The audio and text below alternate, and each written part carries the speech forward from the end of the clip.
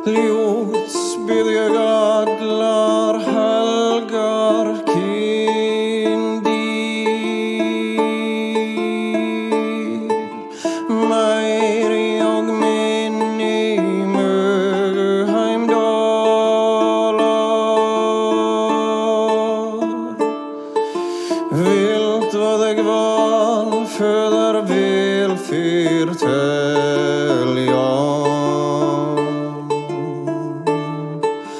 Fornspjöld fyra þá fremst mann. Hár var allað það rýmir byggði. Vara sannur nje sær nje svala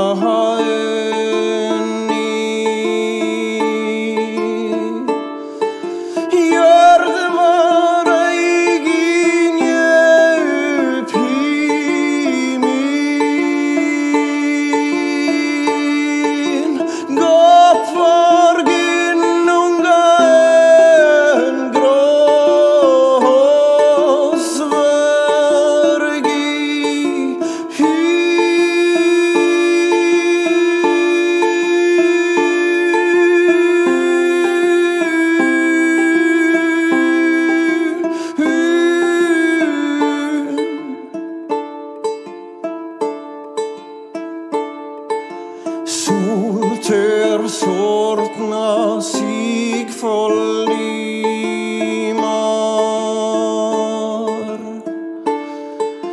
kvörv av himni heiðar stjörnur.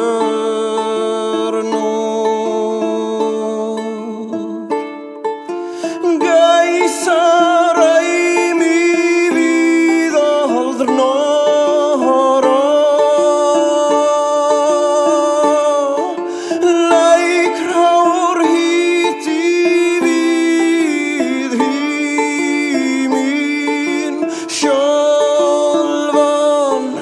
Breiður mun berjast og bönum verðast. Månsystrångar sövi om spedla. Skölvur Yggdrasils askstånd.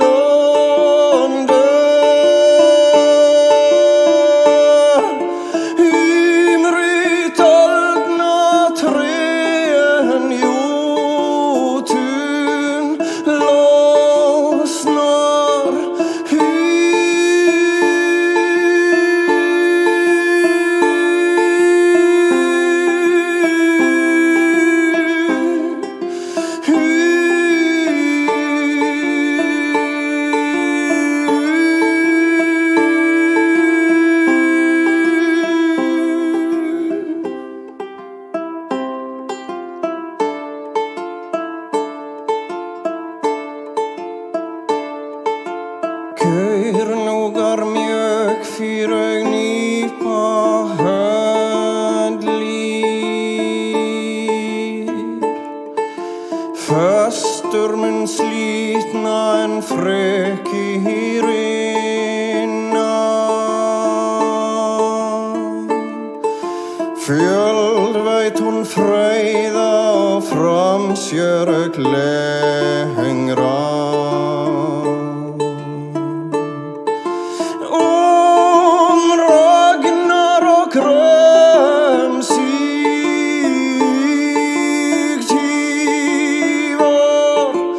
Ser hon uppkomma öðru sinni. Jörð og rægið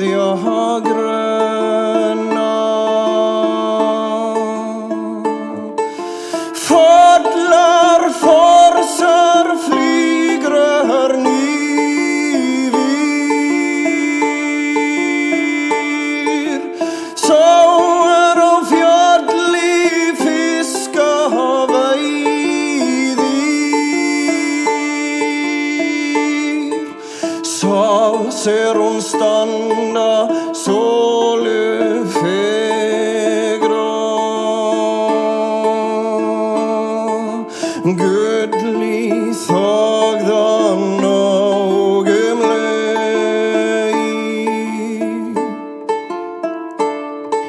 Þar skuludig var drottir byggja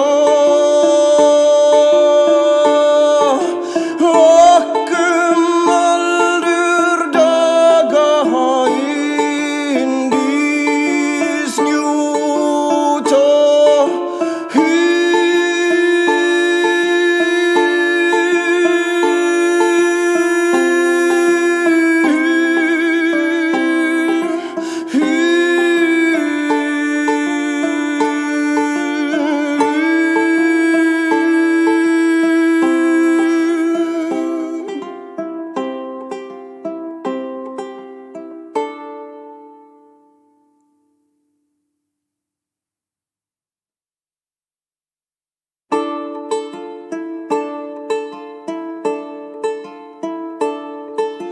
Ljóts bið ég allar helgar kindir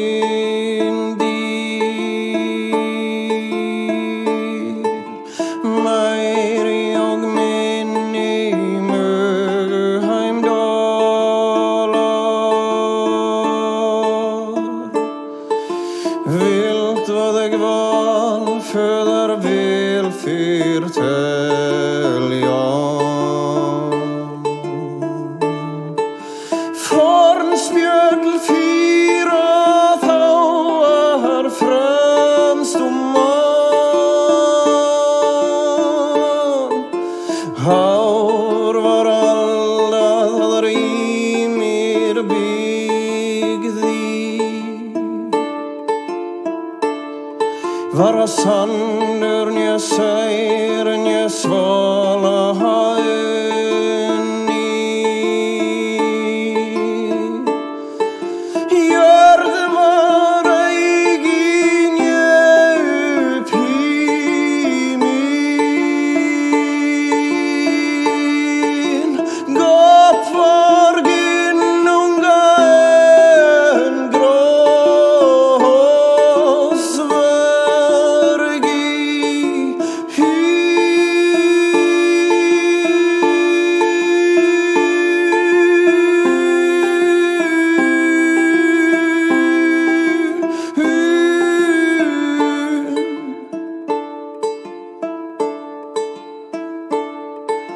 Solter sortna sig follimar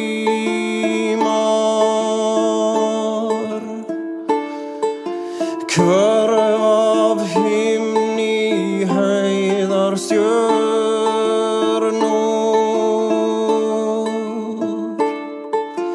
Gæsar eimi við aldrna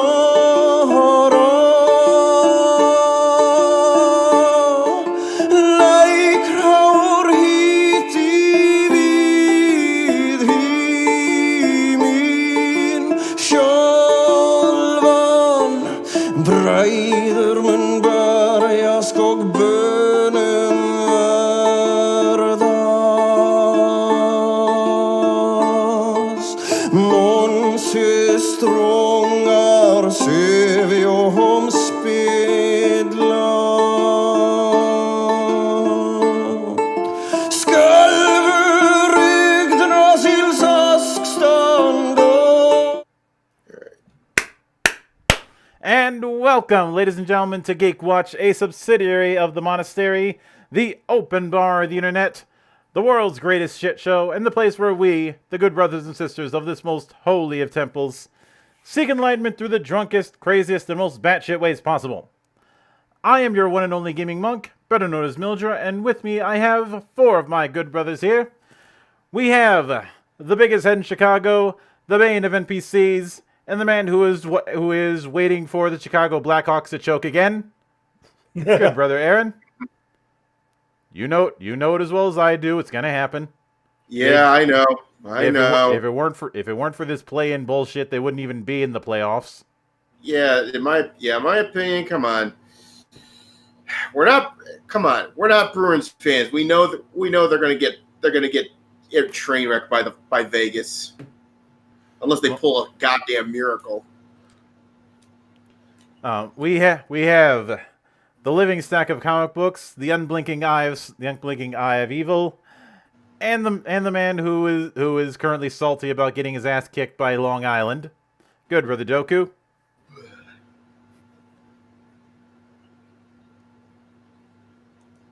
Doku, are you there, or are you still getting smokes? He's still muted. It looks like, yeah. Ah, shit. We have our resident, and we lost Doku. We have our resident Blue Ring. Can we count this as Doku being fake latent gay again? Yes. Nah. We have our resident Blue. Here we go. The man who has Melnick and Bergie Boy at the top of his book of grudges. Good, brother Matty. Rightly so. Yeah. Bergeved, Zelnick. Oh no, Melnick, Zelnick too, I guess. Just really, really low. Vince McMahon at the very fucking top. It's a long list. There's a few arm bars in there. Yeah. Yeah, sorry about that, guys. Discord decided to take a crap on me. And we have the CEO of Zadare Enterprises bringing your brain up to 10,000%. Good, brother Xanatrix. Hello, and we've got yet another testimonial this week from Millennium Man. No matter what you do, you can make every place your stage with Zadare spec.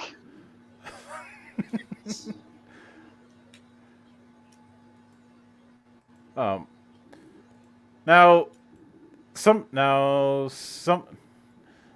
of you might be wondering what the hell happened last week. Well, right as we were getting to the halfway God point, hated us. And the stream got smited.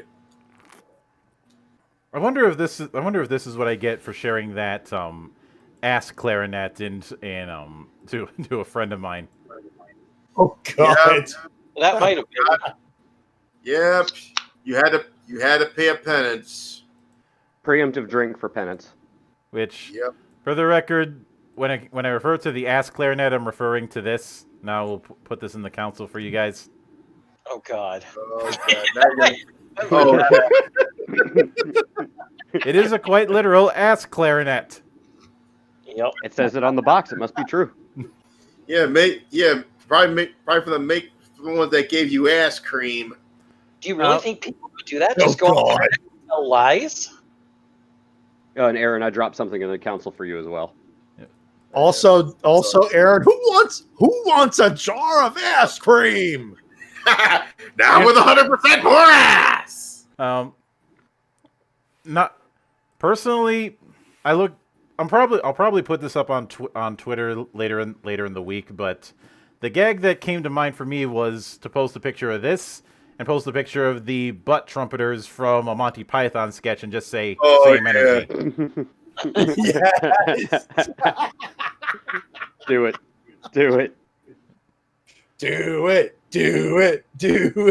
Also, the Doku, the first sword that you posted in the council, maybe it's the angle, but I'm looking at that handle and I'm thinking, is that a Nodachi? No, it's not. It's not a Nodachi, but it does have the hand and the half length on it. But it's the second picture you'll see. It's actually not as long compared to the blade length. I think for you, it would still be short. You would need an Nodachi. Yeah. Fuck that. The I remember during the first time I ended up doing being a player in a crab only campaign for L5R. And somebody said, because of the fact that I was a member of the Hida family, I was like, so am I gonna have to take the Tetsubo for when we go out? And it's like, Tetsubo at your size? No, you're getting a Zanbato. He wanted to give me the same Zanbato that Sosuke had in Rurouni Kenshin. Sanosuke. Yeah, Sanosuke. Oh God. Sosuke is Full Metal Panic. which I like that. I liked that show as well, but that's a whole different can of worms. Yeah, Yeah. he just has shotguns everywhere. Shotguns with beanbags. But yeah, he wanted to give me a giant ass sword that's used to cut down horses. I will Oh, note. Mildred, considering real quick, sorry, considering your size, you need one of those like 2.5 man length fucking Japanese great swords that are on display in the museums. I forget the name of them. Odachi. Tachi? No Yeah. N, just an Odachi. And Yeah, they're just give him one of those. almost none of them were ever made for combat standards. They were all ritual swords to be donated to shrines as tribute before battle. No, but with the power of movie magic, yeah, I'd probably need one of those. Because I'll put it this way: if Doku's running, say, a Warhammer Fantasy campaign, he would probably be very, very tempted to stick me with using the Dragon Slayer. The Dragon Slayer. You're not wrong. The Dragon. You're not wrong. The Dragon Slayer is about the same as the as Sanosuke's Zanmato. That's But, the joke. Well, no, I'd like to point out. Mom, I'd like to point out that Monk, you're not silver-haired enough to wield those. I'm sorry. After all, you are not Zanger Zonvolt, the sword that cleaves evil. You know, you want to know what my first introduction to Zonvolt was? What's It that? was a shop of a Doom meme. I think I know which That one you're Doom meme. Yeah. Cleave and smite evil. You are huge. That means you are huge evil. Cleave and smite. Exactly. And the whole yeah. thing started in an argument about paladins, and somebody posted that. Well, I mean, he technically does follow the path of Paladin. First, he was a blackguard for Magus. Mhm. Then he became, a paladin to smite evil with his best friend / horse, Ratzel. Yeah. I'd like to point out at this point that Ratzel Feinschmecker translates from German into mystery gourmet. Is that any better or worse than the lead anti-hero and bastard having a name that translates to Taylor? Dark Taylor. I just find it funny that Elzom was like, my code name is going to be Mystery Gourmet. It's like, but it's not. Everybody knows it's you, Elzom. You named your mech Trombe like you do every fucking time. But and seriously, I will note that if there's one anime I'd like to see get effectively the Brotherhood treatment, even though it's never going to happen, it's Bastard. Yeah, that would be nice. Because for those who have never read it, Bastard is basically heavy metal meets D&D. with so many different characters being some sort of metal reference. The reason why Dark Schneider has that name, aside from the German jokes, is because he's named after Udo Dirkschneider from Accept. Mm-hmm. And his signature spell is Venom, which of course is the band that started black metal.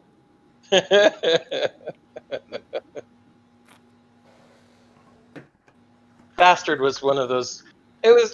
Bastard was much like what's another one that does all the little hidden references? I don't know, JoJo. I was actually going to go with Guilty Gear in this case. Both of them are making metal references out the ass. Well, I mean, but that's Daisuke Ishiwatari loves metal. That's why Guilty Gear has metal references. Mm-hmm. Well, didn't he say that Soul Bad Guy is his alter ego? Yes, he has said that at one or two moments before. And there's the fact that Soul Bad Guy is one giant collection of Queen references, from his real name being Frederick, the bad guy thing being Mr. Bad Guy, which was Freddie's solo album. Yep. The fact that his theme is called "Keep Yourself Alive." Mm-hmm. I'd say the only thing for him. There's only two things about Soul that aren't Queen references. One is One is his instant kill, Napalm Death, which Yep. is a British grindcore band. Yep. Not my thing, but okay. I'm just saying, I'm not a big fan of grindcore. Just didn't appeal to me. And his special Grand Viper. Well, that and Dragon Install, but that's a whole other can of worms. Grand Viper, Volcanic Viper, Bandit Revolver, Bandit Bringer, Mm-hmm. Tyrant Rave. Yeah. But I think he's just a music fan. Period. He is. That, and of course, I can't forget that his rival is named after the founder of Halloween. Kaikaisk. Yeah. Yeah. Yep. Whose finish is, of course, Ride the Lightning, because of course. Well, no, Ride the Lightning is his super. I'm sorry, I've played too much Guilty Gear. A little bit. I've only got 1,200 hours on the PlayStation 2. Yeah, Kai is named after Michael Kiske. Yep. Who's one of the who was the original lead vocalist and founder of Halloween, which basically started power metal. Yes. Part of the reason I ended up thinking of that is before we were going live, for whatever reason, I had Keeper of the Seven Keys stuck in my head. Which, to be fair, it's not a bad song to have stuck in your head. No, it is not. But always fun to know those little tidbits. Mm-hmm. Well, I'm an information addict, so it's my stock and trade. You and me both. Now, that said, I think before we get to the Eastern continent, we should do a bit of a recap on some of the things we nailed down on when it came to the Western continent. All right. So, first we had the Principality of Tolakuja. Yeah. Which I believe we had said that it is a very rainy place. There's a lot of advanced cities on top of trees, because down on the ground is a lot of dire wildlife, especially gators and toads. Yeah, gators and toads. We're talking gators the size of trucks and toads the size of minivans. Yep. And there's probably some of those old habits as well with gators, in the sense that I wouldn't be surprised if they do the kind of protracted yawns that real life gators do. Because of the fact that they can't manage heat the same way other animals can. Yeah. They have to yawn. They have to just lay there with their mouth open for minutes or even an hour at a time. Which is why they probably spend most of their time in that marsh water. Mm-hmm. Well, the thing about animals that are cold-blooded is that the reason they are is because they can't generate heat. Yep.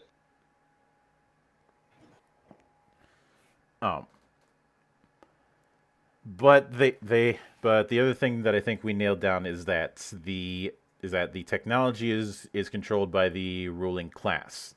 And there's still a decent standard of living for people in the Principality, but the actual ability to maintain it is run by the nobles. In a weird way, I'd say it's kind of like how Mars is treated in 40K. And spoilers, it won't be the first time we make that reference tonight. Especially considering that they treated technology as a religious aspect as well. They worship it. Yeah. Then we had the Grand Duchy of Balarinkia, which is known for its noble duelists and giant fucking skeeters. Yep. Yes, Doku's favorite Grand Duchy of Sucky Sucky. Yeah. Yeah, I like that place. Mm-hmm. Bring a Pokey little, pokey. bring a lot of insect repellent with you folks. Yep.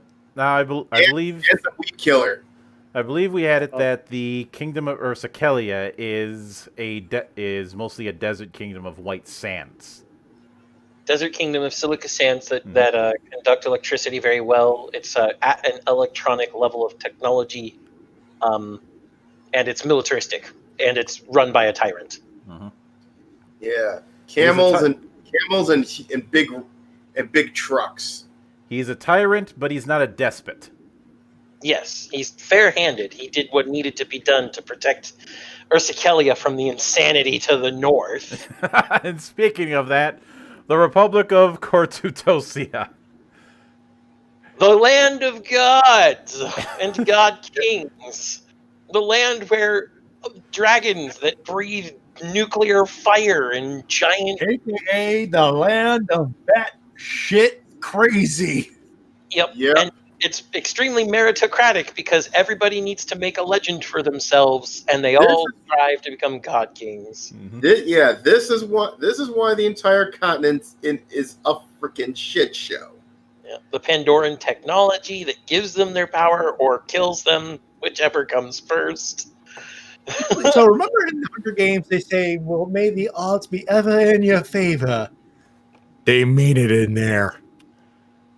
Yep. Sometimes they get people coming from the duchy seeking grand challenges to prove their honor. The thing is, though, you either have one of two things end up happening. Either A, they couldn't face the wildlife in the Republic, or B, they could. But the upgrades that they got made them not want to leave. Yep. Once you've tasted the power of godhood, you really don't want to go back to the Grand Duchy. Mm-hmm. Then we have The Grand Duchy of Sucky Sucky only exists to pokey pokey. And the thing I think we find especially funny when it comes to the duchy is that they are the mother country of the principality. Yep. And then there's Auleronia, the country that doesn't exist. Ah, yes, the Utopia, run by the Grand Spirit of the Plains. Mm-hmm. Yeah. Everything is managed. Everything is good. Whatever you want, you get, so long as it's within the grand realms of what the spirit wants from you. You want a pet? Great, you're dead. You want a pet? You get a pet. You ever think that the Great Spirit of the Plain is bad? You're a heretic. And we all know what zealots do to heretics. Yep. Although, there's a part of me that when I ended up thinking about Auleronia, I ended up thinking about what it does to the troublemakers, and the mindset that I have is that if there's somebody who genuinely wants to leave, then it's simply, well, here you go, and you don't remember anything about the place you went. But some people talk about, but sometimes people talk, and that's why if I was going to write this as a book, Auleronia wouldn't get its own chapter; it would probably only get a column at most. And I'd probably have to hire somebody to help me write it so that it comes off in a way where you don't know if the person who's describing the place is crazy or not, which is part of the point. That's easy. Yeah. Then we have the Kenevresian theocracy. The mutated bioengineered sea people who are who each worship a totem of some sort, Mm-hmm. that are all the spokes on a wheel to the king himself, who is the central of the totem cults, because it's a bunch of cults. And they're trade driven since they're right there on the sea. And I mean right there on the sea. They don't leave the coastlines. unless they're going to go south or north, because there's those fucking god beasts and that fucking republic right to the west. Which is basically which is basically the nuclear dragons that occasionally wander away from the Republic every now and again. Or the giant mountain-eating bears, or the snakes that cause earthquakes, or the eagles that blot out the sky for days. And, just krakens. The krakens don't come near their bay, though, because the krakens have gotten zapped by cult magic one too many times. Yeah, they've gotten zapped around, and I think it's more of a case of the krakens are they're not the smartest tool in the drawer, but they're smart enough to know that if they mess with the shipping lines, then they're gonna get zapped. Mm-hmm. So all that the krakens really do there is just harass pirates. And then I think we come to my favorite. I'm going to be honest. I think of Nalarokia as my favorite country on that continent. Mm-hmm.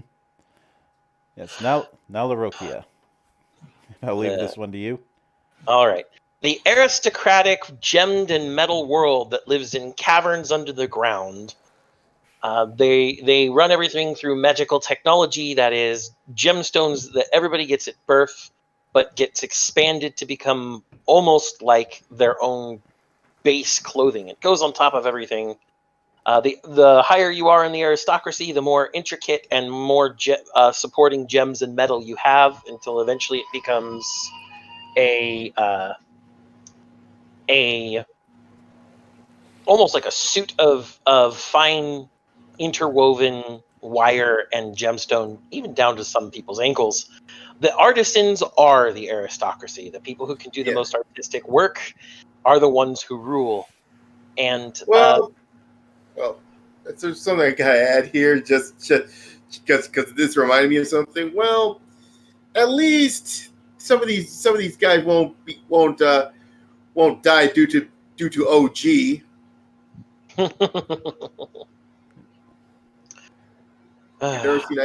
If you've ever seen I'm Gonna Get You, Sucker, you know what I'm talking about. Mm-hmm. Why are people calling me at 10:30 p.m.? I apologize. That is my voicemail alarm. It's also called the boss theme of Secret Mana, but Hey, at least you don't have to deal with the whiskey tango foxtrot of your mother is the mana tree. Oh God, yeah. Seriously, what the fuck were they on with that plot twist? I like Secret of Mana, but seriously, what the fuck? I'll be right back. All right. Now there was a little area to the west of Kenev that is basically the reservation for the people who don't want to go through all the biological mutations that the rest of the theocracy goes through. They're seen as harmless, but they still weird out the people in the theocracy.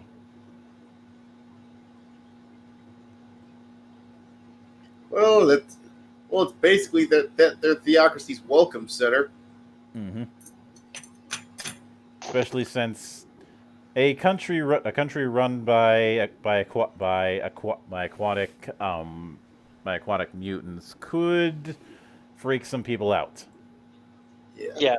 Nalarokia tends to be the place that most of the traders first approach, at least if they're coming from the eastern continent. Mm-hmm. Mm-hmm. But there's one last piece of Nalarokia.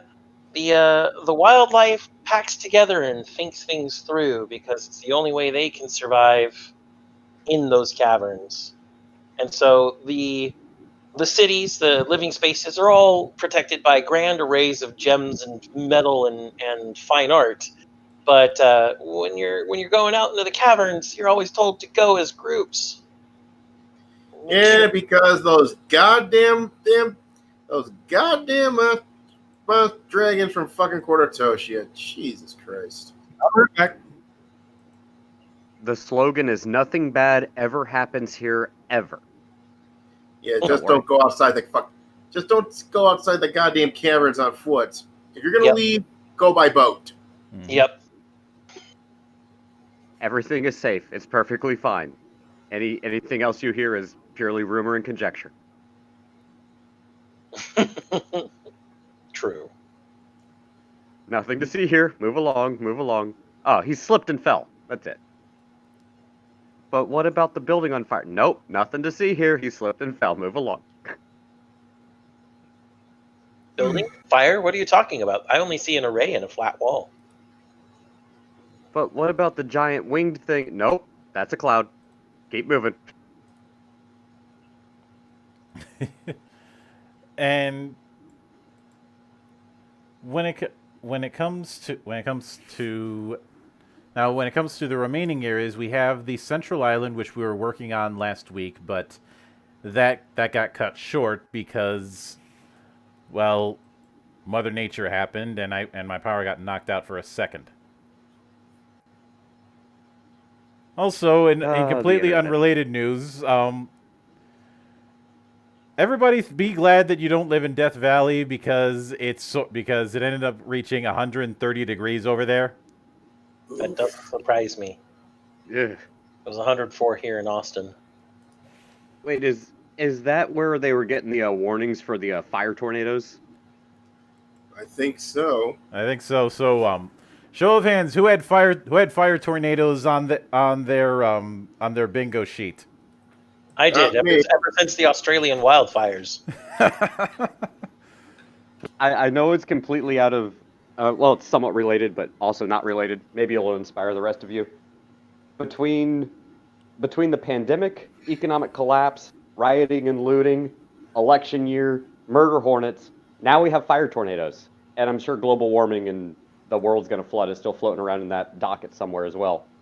2020 has become the direct to TV sci-fi movie of the century. The Mayans just got the year wrong. Actually, let me rephrase this. I know a movie I'm going to see coming out in about 15 years. 2020, directed by Roland Emmerich.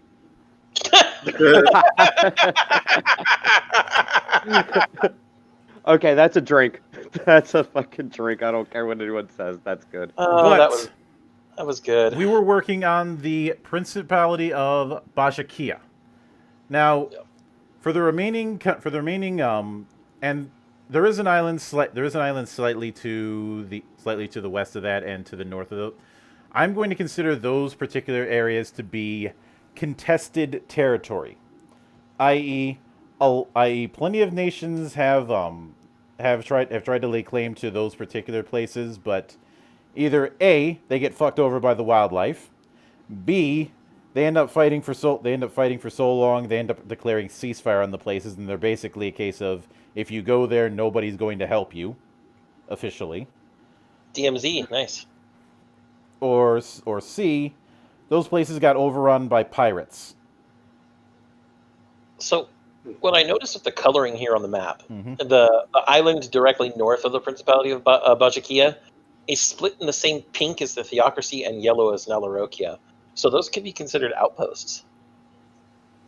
A joint venture between Nalarokia, the welcoming center for the Kenevs, and the Theocracy would make sense. Yeah. It's probably a case where they both tried to fight over the island a few times, but then decided, you know what? We're gonna profit more working with each other than against each other. So truce.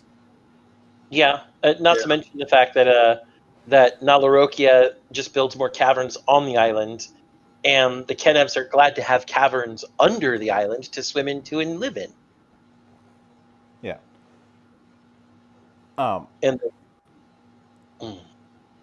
Now, for the Principality, the way that I'm going to go about this is instead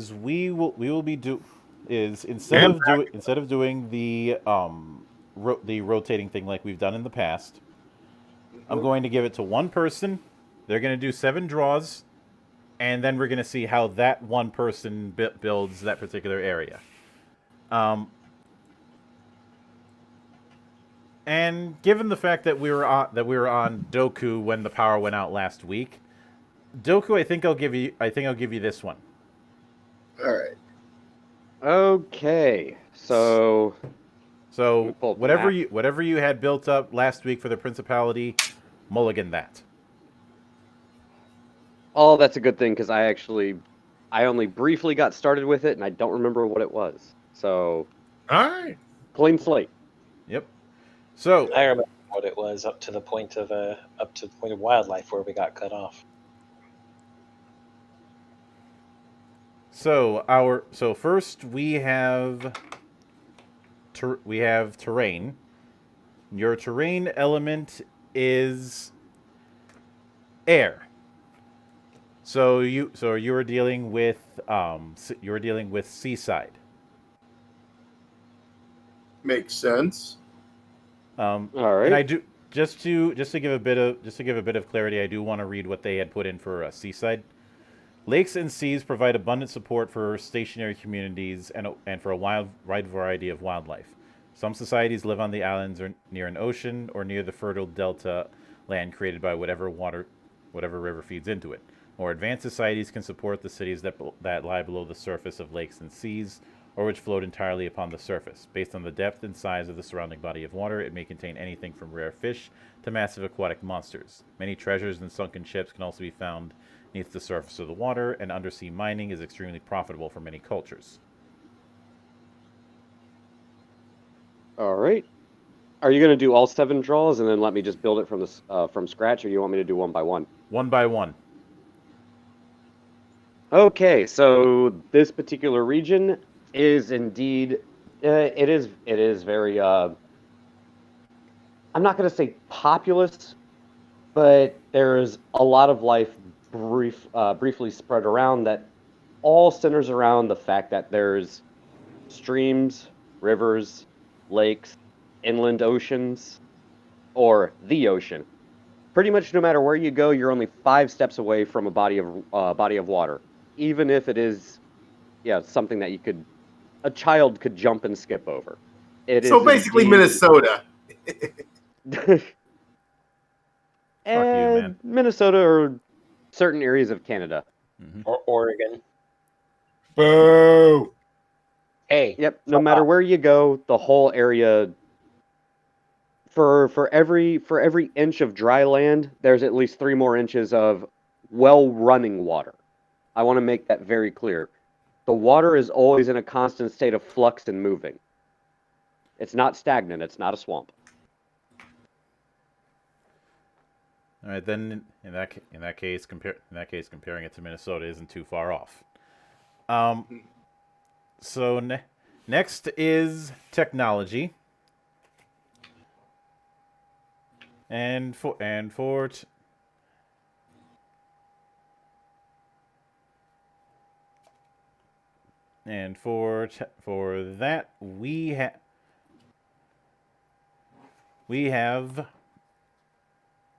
that we got light, so you're going to be dealing with thalmic technology. Fill me in on thalmic again, just so I don't. I want to make sure I get everything right if I'm doing all of them. Thalmic technology blesses a realm with wonders that are impossible to achieve with science. Medicine in these areas is especially impressive, as are destructive weapons and elemental-aligned tools.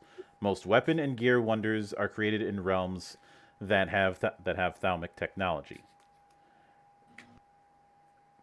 Magic. Okay, the technology is somewhat akin to the land itself, and also in the way that the rivers flow, the lakes they always seem to be perfect. This is a land that has a heavy degree of magic, and that's where their technology comes from. One could argue that technology like this only works in an area where the world seems to flow in the right way, just like the rivers and ponds and oceans of its home country of origin. No one 100% knows how the technology works, it just does.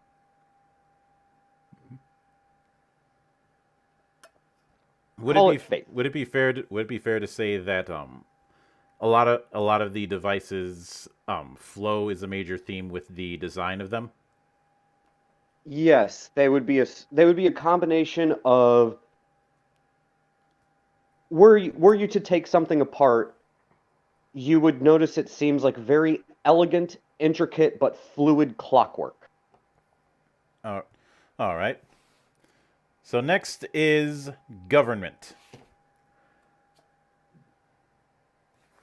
And you ended up getting air for this one, so you're dealing with an aristocracy. So the government of this country is actually rather straightforward. It money, prestige, the family name. It's not difficult to see where you fit in into the hierarchy, and those who are of higher birth, higher wealth, or simply just more intelligent or have done great deeds, obviously they're the upper echelon. That's not to say that being this type of aristocracy, just like the land itself, even the smallest stream has its place, and the strongest, greatest river, or the biggest ocean, or the most abundant lake also has its place within society. Despite being aristocratic in nature, it is still rather tranquil and at peace with itself, government included. All right. Would it be fair to say that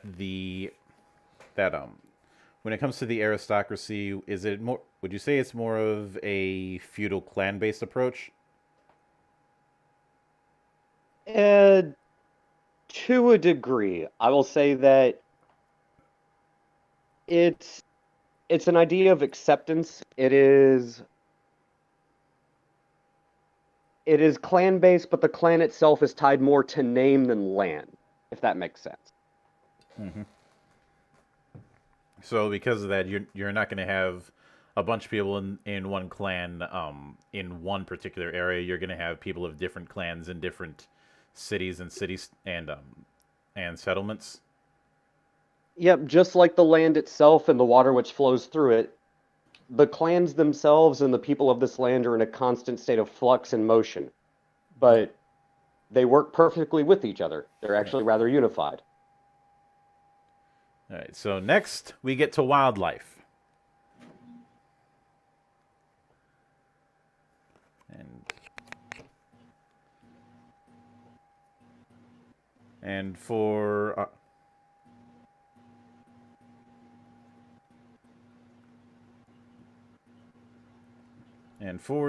for that,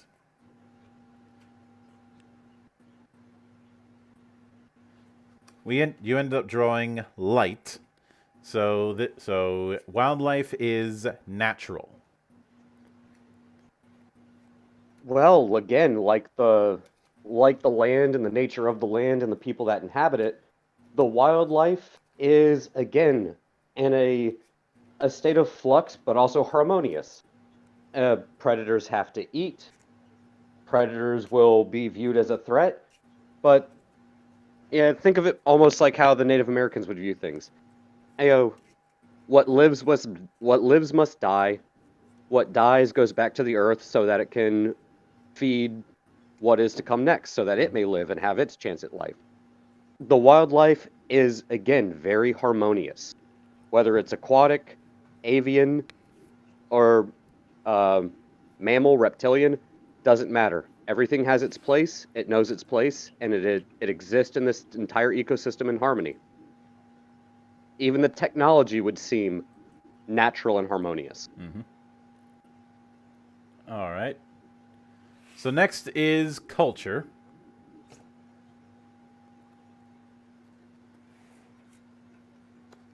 and let's see. Let's see if we end up getting something that keeps in with this theme or finds a way to break it.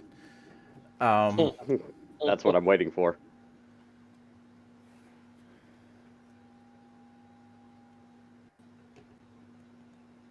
and you ended up drawing fire, so we are dealing with a militant culture. A harmonious, Oh, boy. natural, militant culture. Yes. There's nothing that can go wrong with that. Oh boy. So the culture itself, as in the culture of this land, is harmonious. That harmony is sustained by the mindset that any outside influence which would seek to disrupt said harmony is met with the same type of atrocity as a boat sailing into a storm. Everything might be kind and peaceful and nice and wonderful, but as soon as you disrupt that balance, if you try to dam the river, or if you've lost the fight and you don't accept your place in society, and you instead try to fight back, it is viewed as going against the natural harmony of the land itself. And you are therefore treated the same way the body would treat a virus. You're attacked with the utmost prejudice and no mercy. All right. So next is society. And you ended up drawing water. So we are dealing with a nomadic society. Oh, that fits perfect. Just like with the culture, the flowing of the rivers, how goods and money flow from hand to hand, the society is also in a constant state of flux, and the people themselves are in a state of flux. There is no real major city, but there are the people. The people themselves are the city. It is the land and the people itself that determines where the major goods are going to be, where you're going to go, how you're going to travel. You could consider the entire continent itself one gigantic village, but fundamentally decentralized. All right. So is this a place where you'd probably see a lot of moving caravans and a lot of bazaars? Moving caravans, bazaars, and even with the level of technology that they have, a small township could spring up overnight only to be gone and moved to a different location a month later. So basically, what you got is a bunch of trading posts, and I think all the military is, but the militaristic thing is probably because they want to protect themselves from getting robbed. Again, the society itself is harmonious. Outside influences, well, are either welcomed or viewed as a gigantic threat. So, for example, if you come in peace, the land has a lot to offer you, as long as you respect its ways. If you come, well, with any other intention, you'll go ahead and find out what keeps that harmony in check and undisturbed for such a long time. Unless you're a god king on a god beast, then they might just run. Yeah, it depends on the level of technology. Again, no one really knows how it works. All they know is that it does. Um, Oh, so it just works. Don't make me sing it, because I will.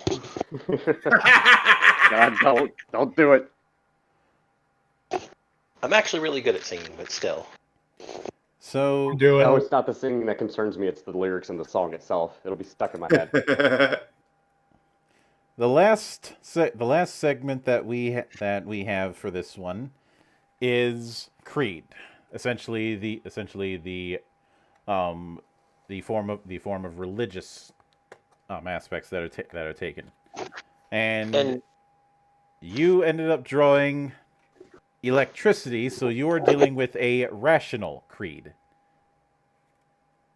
Oh, that's very straightforward then. Wow, this all fell in line very nicely. I know, Again, right? Mhm. everything works in harmony. Everything has its place. That place is, by extension, the grand design as nature intends. The river flows this way. The fish are abundant in this area because that's where we're going next.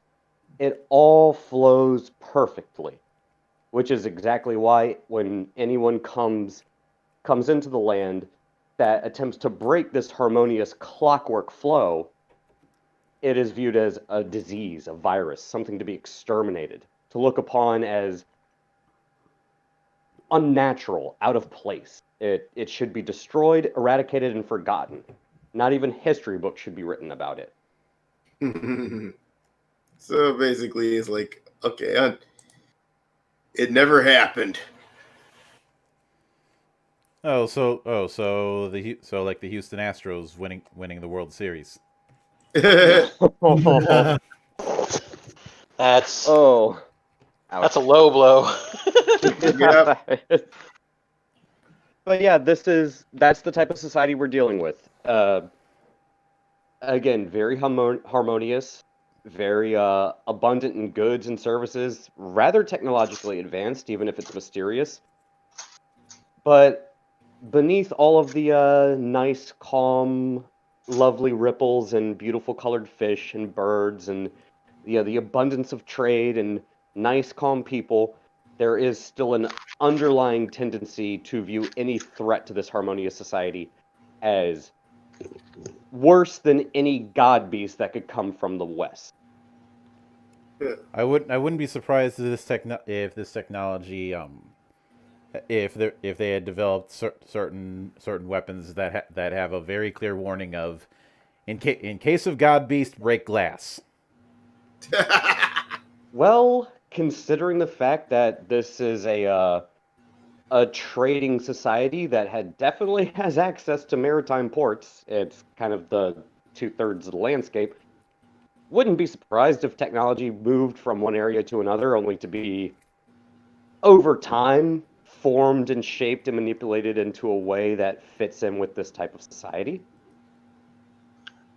I also think that if the other thing that comes to mind is I could easily see some pirates trying to see if they could get a quick score in these particular places and dealing with ambush tactics. Oof. Because there's a whole lot of rivers. They are always flowing, and the people in the principality are gonna know the network of rivers better than any pirate will. Well, it's just like the pirate queen in China when preluding to the first Opium Wars. You might not be the strongest force in the world, but being a nomadic culture that is constantly moving around, you would know the hand and the waterways and how they shift and change, well, pretty much since the time you were able to walk. Good luck trying to fight against them. Mm-hmm. I like where that particular affair is going. So as we move further east, we first open up with the Duchy of Moiria. So for this one, should I go at the top of the list or should I just go one step down and give? You know what? You're on a time crunch, Maddie. This one's on you. I was gonna say, yeah, this might be the only do one I do tonight, but we'll get it done. Mm-hmm. All right, starting off with terrain, and you are dealing with your first draw is electricity, so you are dealing with a very mountainous island. All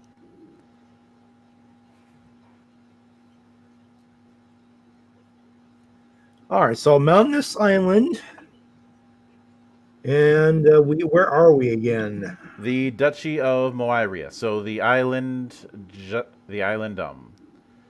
just to the east of the Principality of Bajakia.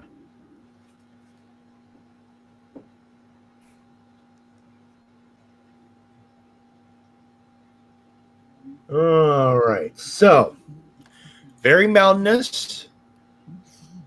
Basically, the whole island. Basically, it's the island. Hold on, let me find my spot here.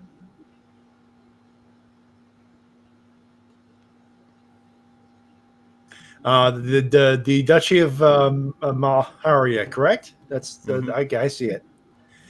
All right, basically, the island's a whole is your stereotypical volcano-like shaped mountain of an island. Of course, it's more of a mountain than anything else. I'm guessing we're dealing with not just one volcano. We're dealing with a bunch of them. One of them happens to be a volcano, but it's mostly it's more mountain than volcano, and the volcano has been inactive for centuries, if not millennia. All right. You know, somehow like the topography said, "We're good," and moved right along. But it's basically one big mountain covered by a bunch of other mountains, essentially. Whatever technology was used to make it traversable, it has been made traversable and all that stuff. It's there, but basically, it's a big mountain with a series of other mountains surrounding it. Not as spiky as it used to be, but there are still some jagged rocks if you're not careful. All right. And I'd imagine that there's probably some elements, places with some greenery, but in order to find them, you're Yeah. gonna have to look up. It's tundra like essentially. There's no big trees, or if there are trees, they're very very small. Tundras, and it's more grass than anything else. Mm-hmm. Well, if it's a dormant volcanic mountainous island, would it be safe to say that there is caverns and tunnels? Oh yeah, absolutely. Okay, so next is technology, and we are dealing with a fire draw. So you've got steam tech. Again, steam tech used. We talked about tunnels, caverns, and all that stuff. The steam tech was used to dig out some of those places, flatten out some of the mountains that could be flattened out to accommodate for human life. For beings. And of course, the steam tech is there because, it's an island surrounded by water, so they used the humidity, whatever humidity there might have been, turned it to steam power in that case. All right. Next is government. Let's see what we end up getting for this one. So you ended up drawing.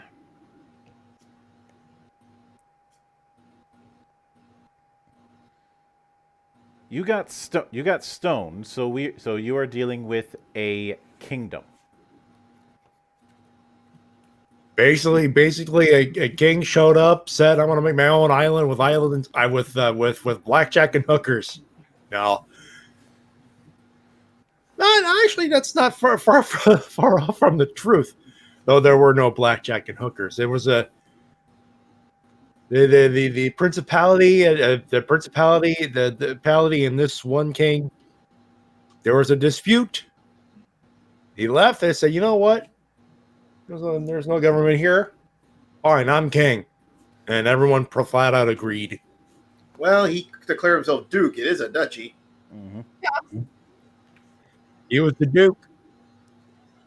He's a number one. Every time I hear Duke, I just keep thinking of that. This is why you suck song. All right, now for the wildlife. Let's see. Are you gonna stay on brand, or are we gonna monkey wrench thrown in here? Ooh, you drew fire, so you're dealing with dire wildlife in these mountains. Oh, dire wildlife, as in wolves?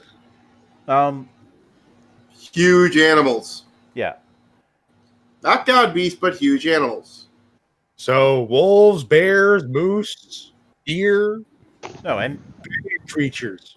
you know the whole running gag of everything's bigger in Texas. It's just applied literally to all the wildlife. It's kind of like what happened in Tolacugia, where we had those big ass frogs and gators. You've got essentially Earth equivalent animals. They're just big. Bigums. So when you fish for shrimp and crawfish, you can feed a family of 4 on just one of them. Oh, so basically, yay! So you just say, hey, big, our catch of the day. Is anybody else getting Land of the Lost vibes from this? I know, right? I am. So when it comes to would you say that shrimp, crab, and the like are one of the biggest, or one of the country's bigger exports? Like you've got a whole lot of boats around the island fishing. Shrimp, big tuna, crawfish, anything that swims in the summer, it's there. And during the winter, wild game, big wild game. Oh yeah. So would you say that during the summer you'll run into giant enemy crabs? Absolutely. Drink. I would like to do trade with your volcanic island nation because I'm pretty confident that the shell of large crustaceans would make very good canoes. Yeah, so some of those shells, armor class. You can make armor out of that. Yeah. I'd imagine that when it comes to the wild game on the island, we're dealing with Fenrir style wolves in some cases. I'd say mountain goats. when it comes to the mountain goats, that's a case of we don't hunt those, we stay away from them. Or you ride them. Yeah, here's the problem. We set up death traps, and that's it. We stay the fuck away. Yeah, unless you want to get kicked to the other side of the island. They got horns that could stab a hole through your everything. Yeah. The other thing that I end up thinking of with this is when it comes to things like wolves or bears. You have an adult dire wolf in this place. I'd imagine that they'd probably be about the size of a warhorse, but there's stories of bigger ones, including one that might be the size of a dragon. Because I need to get my bit of Fenrir reference in here somehow. Well, yeah, this is the tundra, so wolves, bears, deer, moose, like huge, giant. Like I said, feed you through a winter kind of stuff for half an animal. The only problem is God Dagda would be the mountain-sized deer god. Yeah, but the way I see it, correct me if I'm wrong, but moose are already pretty territorial as it is. Oh yeah. Oh, moose. Oh no. Oh yeah. Okay, this is relevant, but an aside. I would love to see a tournament somewhere, like one of these countries has an arena, and I want to see someone from this island, like the Ashen champion of the Fang versus the fucking Needle of the Duchy. Yeah. And the headdress of like the giant deer, yeah, with like the antlers. Oh yeah. Moose antlers. Now, eat your heart out, Robert Baratheon. Shouldn't George R.R. Martin be self-imprisoning right now because he didn't release The Winds of Winter when he said he would? Again? He was self-imprisoned already, saying he was gonna do it. I don't expect anybody to see that book. And somebody else will end up finishing it for him, just like Wheel of Time. Although, if you ask me, that might have been for the best because Wheel of Time's author had a bit of a habit of taking his sweet-ass time with things. Robert Jordan, I'm using it as an analogy for George. Never closed any of his plot threads. Like, you'd start with 3 in the first book, and then those would sprout 3 more each in the next book.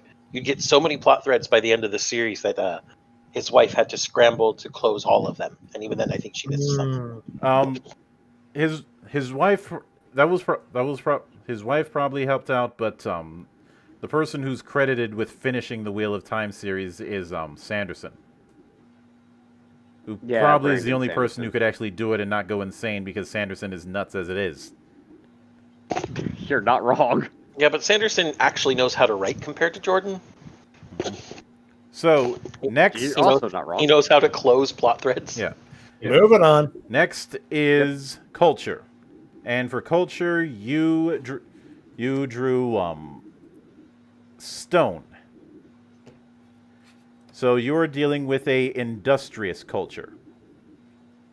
Ooh. Hey, you know what? With the steampunk aspect, the steam technology, like I said, it is a hunting island, but they're not afraid of technology. They've used technology to tame or at least try to tame some of the big wilder game.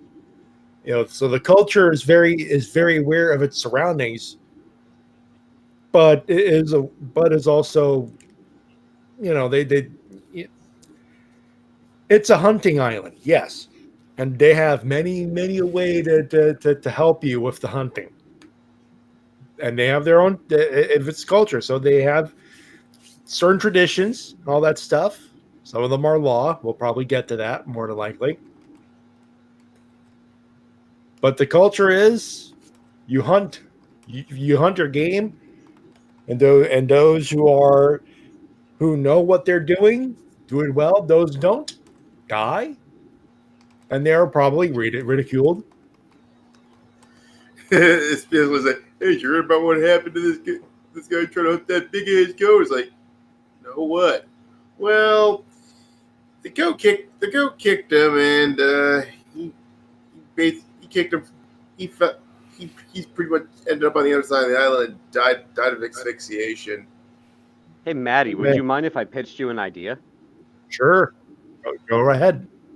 So if you're dealing with a steam technology and an industrious society, considering the size of some of the game and everything, and also that you're on a volcanic island, would it be an idea to say have a large steam-powered, essentially a giant wheel or steam engine somewhere deep inside of a cavern close to where the volcanic activity is still providing heat, so that, like I said, you know, like I would say, some of the volcanoes would be inactive, but use some of that for like electricity and that stuff. Yeah, and also processing, the gigantic Fenrir-esque style wolf pelts or gigantic crabs, getting crunched open with steam-powered clamps, as opposed to something that a bunch of humans are going to have to use. hey,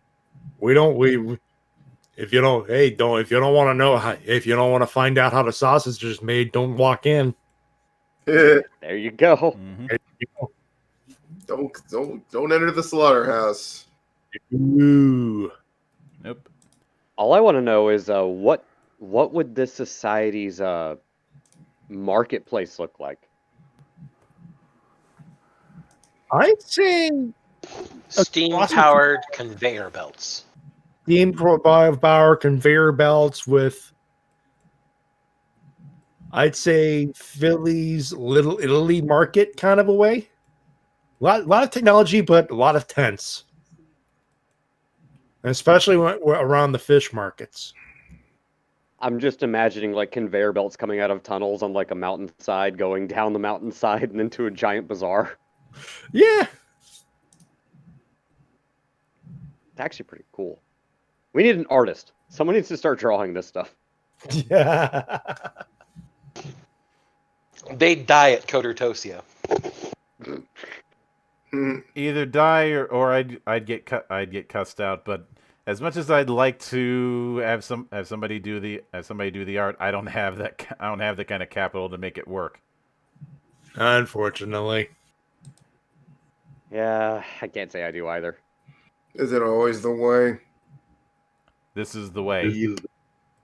I'm not going to make the Uganda Knuckles reference. I'm not going to make the Uganda Knuckles reference. Let me show you the You got to have Ebola. It wasn't me. I didn't do it. It was me. Moving on. I could literally hear Mildred death stare screen right now. I don't give a damn. And also, I was a little bit blinded by what Akira posted in the server. Oh no. What? All right, now you've piqued my curiosity. He put it in the quest board, and I'm like, I'd say phrasing, but I'm not sure if that's enough. Phrasing. I'm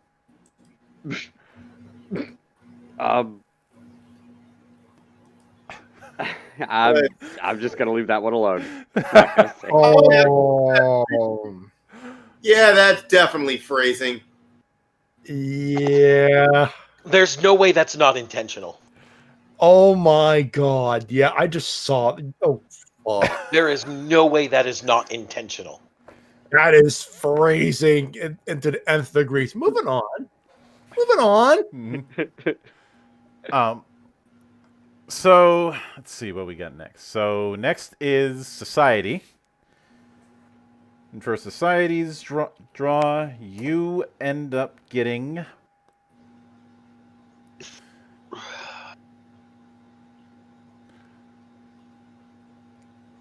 CCP Ultra, right?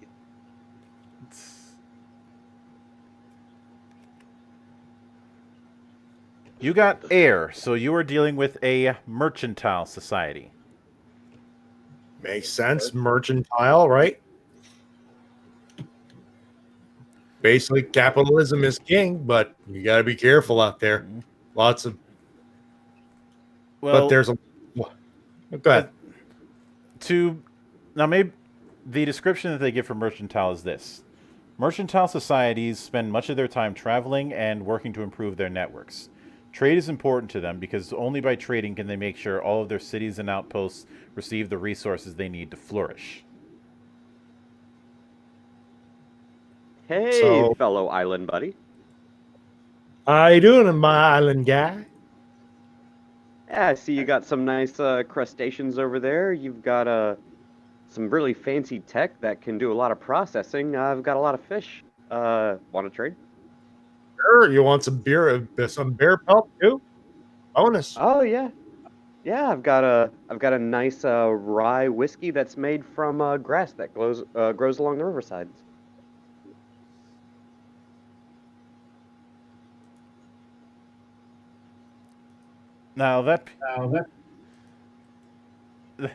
So we're definitely dealing with a lot of trade. I'd imagine that they have a bit of a trade advantage because they're near two nations that have significantly advantageous resources. Potentially, we haven't gotten to the tetrarchy to determine that.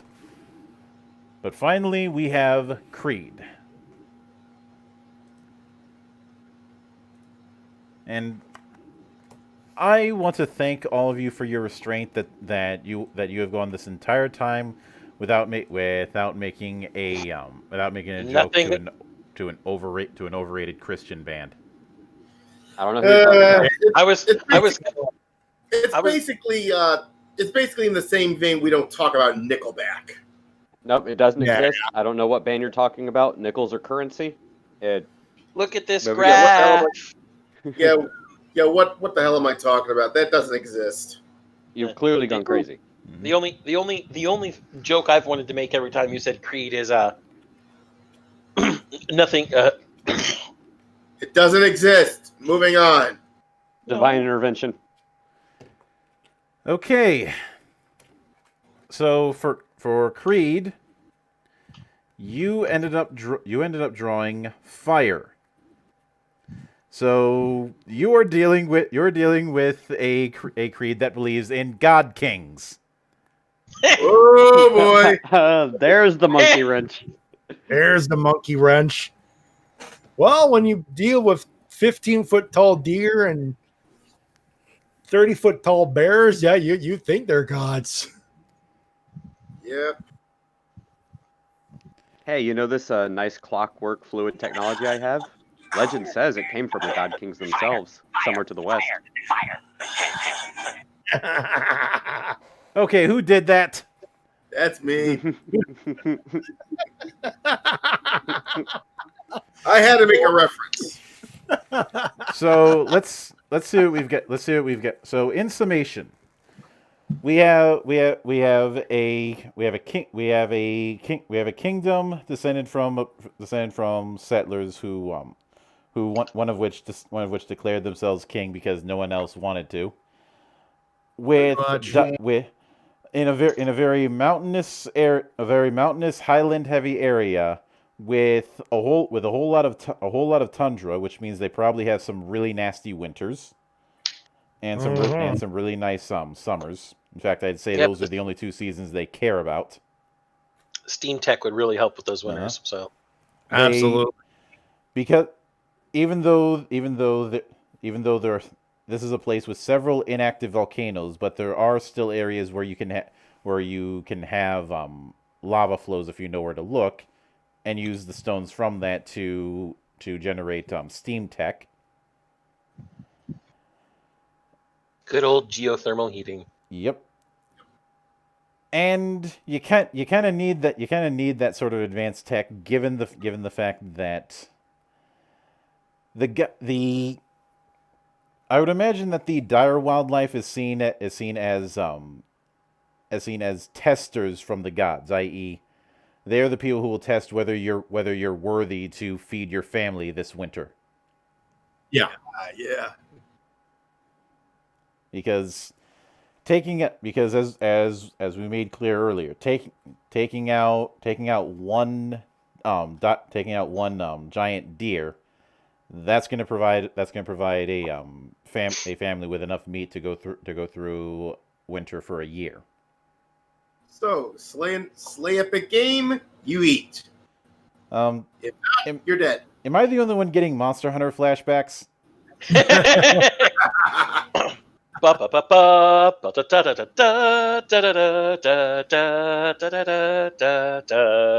mean, Monster Hunter doesn't have Steam Tech, but yes, it does. Oh, yes, it does. What the fuck am I talking about? The Steamworks are in Iceborne, bro. Yep, I forgot that. But I'd imagine that because of that, people who are in the you probably have a bit of a. Would it be fair to say that you've got a bit of a caste system with the people who are in the merchant caste and the people who are in the hunter caste? Oh, hold on. Wait a minute. When you say Monster Hunter vibes, you're not wrong. Because literally everything that he's described here is Iceborne. Everything. The northern reaches, the mountainous terrain, the tundras, the steam tech. There's even the the conveyor belts. The epic wild game. Yeah. So, Maddie, you just created Monster Hunter World Iceborne on an island. I'll take it. And elder dragons are commonly seen as forces of nature, aka god kings. It also happens to be really close to a maritime society that likes trading and has different types of tech. Mm-hmm. The bounty is there. The bounty is there for those who are brave enough, strong enough, and smart enough to take it. I wouldn't be Veterans surprised. don't go after the biggest game; they just go after after big enough. As I wouldn't be surprised that the Duchy and the that Moraria and Bajakia constantly have like a sort of a trade route going on. Well, hey, I got plenty of ammunition for that fancy hunting rifle I sold you last year. If you got any more of that smoked mountain goat meat. Mm-hmm. There you go. Yes, go hunt another Durhamboros. It works. Let me row myself over there on my gigantic crustacean canoe. Yeah, hell, would be surprised if there's like it's like between those two island countries, there's like between the body of water, there's like a big ass swap meet along the way. Think of it as like sort of like a toll road, if you will. On the seas. Oh, Yeah. wait a second. If you have Steam Tech and I have Magitech, and there's large crustaceans and also large animals that have horns and hooves that can be used, imagine the type of battleships we could build if a war ever broke out. Where's my Dragonator? Oh, Oh, God, I love this. and you thought the Yamamoto was scary. Nah, more like I would say between those two islands, I think there'd be quite a few rest stops. I'm more thinking about what would our galleons look like. How many Mm. cannons do you think we could fit on one of these things? I'm guessing 1,000. Would be surprised. I wouldn't be surprised if there's like a floating diner on the way. Just don't try the special. Oh God, yeah. Change your order to the soup. Seafood soup. You're better off just Right. fishing from the top deck. Shrimp chowder, ladies and gentlemen. That's I'm at it. soup. God damn it. Monk. Dead meme. Yeah, the What did That he is- have? Oh, he had the special. Oh, waitress, change my order to soup. Good call.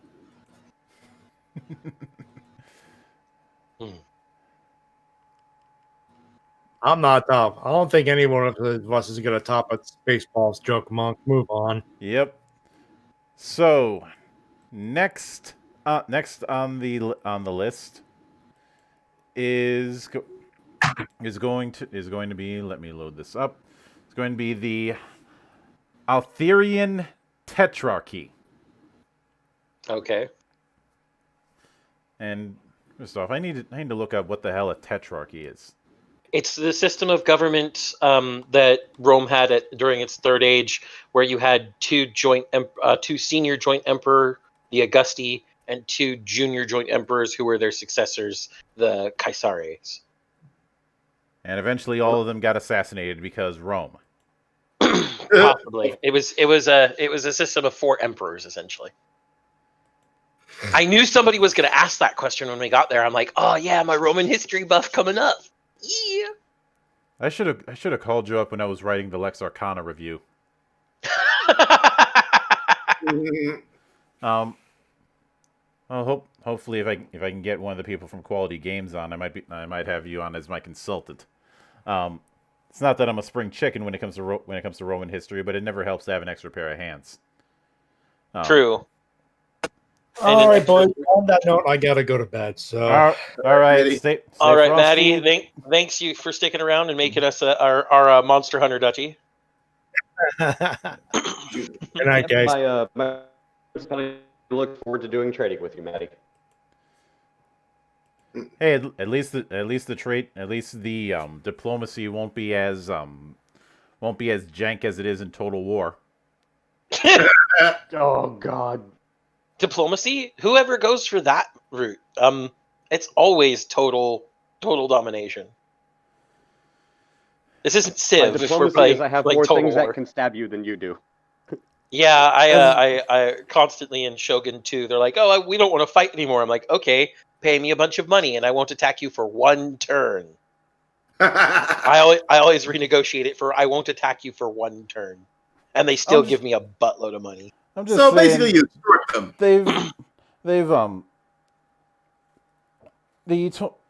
Creative Assembly has had over a decade to try and get this whole diplomacy thing right. And personally, the problem that I end up having is when my allies end up picking a fight with other people that I already have a good relationship with.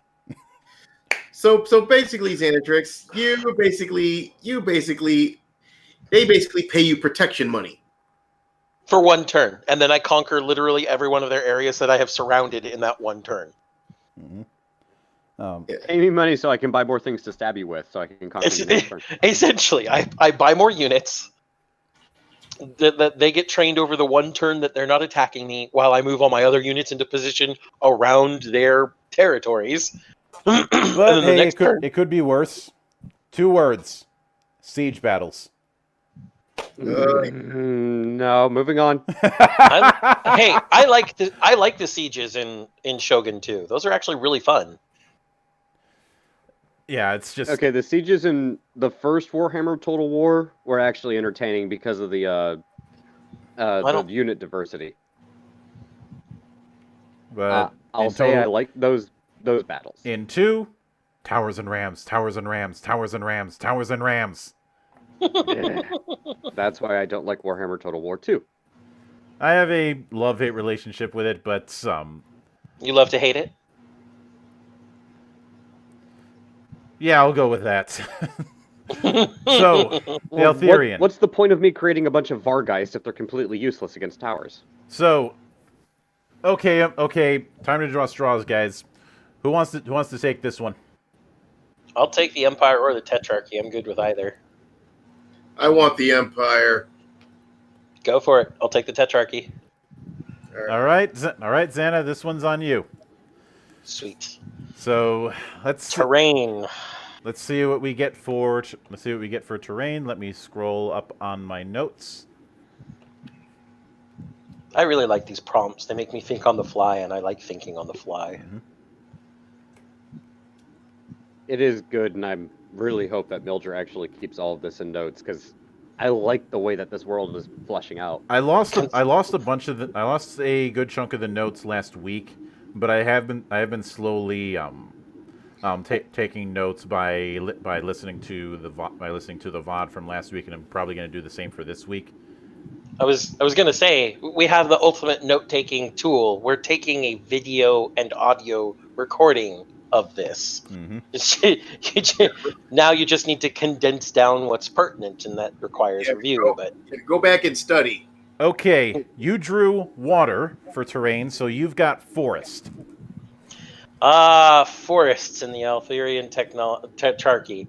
Okay, so this land is a land of think actually the coniferous forests just at the northern edges of the U.S. We're looking at a lot of evergreens with needles and a lot of nut type fruit to them, like pine cones and such, walnuts, etc. A few leafy trees, but it's mostly the conifers, or the conifers that are dominant. And because of that, there are actually going to be a lot of small areas for potential settlements to sit in between these large forests. All right, so we're not obviously we're not dealing with a swamp, and thank God for that, because I was going to make a Monty Python joke if we were again. No, this is firmly home country to me. Actually, this is PNW type stuff without the Seattle swamp. Well, it's home country to me too. Yeah, true. Minnesota. I lived there for a year, a little longer. Okay. Let me ask you the obvious question: do you eat casserole or do you eat hot dish? I refuse to answer that question on the grounds that it may incriminate myself. Very smart man. For the record, I put Nick Rekieta through that test once when I invaded one of his streams, and he failed. He said casserole, did he? Yeah. Say casserole. The answer is casserole. Trust me. Well, he failed on two things. One, the casserole question. Two, I asked him which city was better, Minneapolis or St. Paul. He said Minneapolis. St. Paul. The correct answer is St. Paul. I could only answer St. Paul since I've never been to Minneapolis and only have the news to go off of. Don't go to Minneapolis. Considering what's going on in Minneapolis, I think everyone agrees St. Paul all won. Even I want to make clear, even before that shit went down, I didn't like Minneapolis. Well, as I said, as I have never been to Minneapolis, I could only ever say St. Paul. It's noisy, the traffic sucks, everybody's rude. Oh yeah, and North Minneapolis is a fucking shithole. Hey, Mildred, correct me if I'm wrong. Hoboken thinks it's New York in the same way that Minneapolis thinks it's New York City proper. Yeah, I can go with that. You might have had. You might have. There might have been the only reason to. The only reason to go to Minneapolis is to go see sporting events. Or torture, whichever is applicable. And since when I lived there, I was very young. I wasn't too interested in sporting events. But to be honest, the state fair's in St. Paul, so you know where I'm going every time I get the chance. Yep, Mm-hmm. makes sense. And the Ren Fair is a little ways up north. There's no way you're going to get away with a Ren Fair in the middle of the city. Yeah, really. Nah, kind of kills the ambience. Mm-hmm. So, technology. You drew light. So you're dealing with thalmic technology. We're dealing with Magitech for this one, and for a bit of a twist, I want you to come up with a way for this Magitech to work that specifically revolves around elements or is used in a way that is different from the previous times we've done thalmics. Okay, that's actually fairly easy. We're in a forest, right? We're in a large, dense floral area, right? Mm-hmm. All the magic is druidic. Every last bit of it. And with druid magic, not a single scrap of metal is used. Every piece of technology here that is formed from magic is formed from what is natural. Oh, so basically, Anima from Saga Frontier 2. Yes, actually, that's pretty close. Not only that, houses are not built; they are sung from the trees. I would imagine that your recurve and crossbows are rather formidable. As are our swords made of ironwood. There it is. The roads are not paved. They are instead woven mats of soft grasses. Every little thing around here that moves with the susurration of life. Every little scrap of it. No fire either. Heat is generated in other ways, whether it's through gathering, just by like you would when, say, a hive of honeybees gets together to kill a giant murder hornet, or through, for example, if you want to cook things, sunlight, and it's concentrated sunlight, brought in through natural reflectors and refractors, again, created from everything but the metals that are there in the ground. The metal is left because it's not needed. It's not that they abhor it. They could certainly use it, but it's not something necessary, and they've never found it necessary. The only time sounds very elvish. It's druids, not elves. If it were just elves, I think at this point Mildred would have tried to slap me.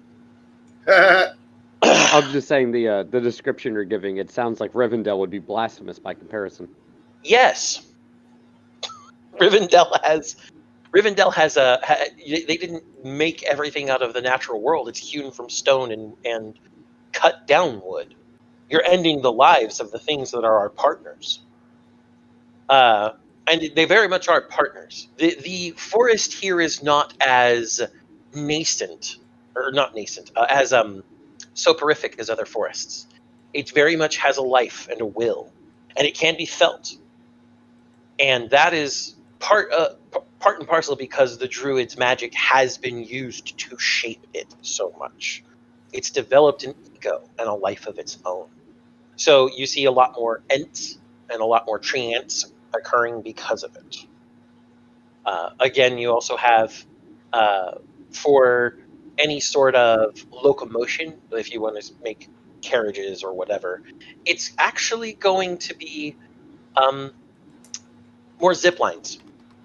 The vines stretch between the trees, and you are propelled along the vine in an almost pulsing motion, kind of like how certain worms move. And so everything is formed. from this druidic magic. All the technology comes from it. And the only time, as I was about to say, they pull up metal is to trade with other races, other people, other places. I'm kind of getting a strange, almost Midsummer Night's Dream feel from all of it. You could say that the Fae is there. That's definitely for sure. Since it is druids, and druids are nature magic, the natural spirits are going to be around them. But that is part and parcel, again, with them having come there and changed that world. The world changed because of them. The world was not always this way. But the Tetrarch came there and used their magic, with their natural magic, to change this place to their will, and in doing so, imbued it with a will, which caused the expression of the Fae and the Arcane to stretch through it. I kind of want to write a short story about an explorer from the Principality going over to this land, to the Tetrarchy, and seeing if they can describe how the technology in this wheel-lock rifle works. Game Fan, we're actually over on the eastern continent. We're at the Alherian Tetrarchy. Mm-hmm. That's that central pink-purple country. And so we've already done all of the western continent in the previous video. And we did Bajakia and Muairia just now. So now we're at the Tetrarchy.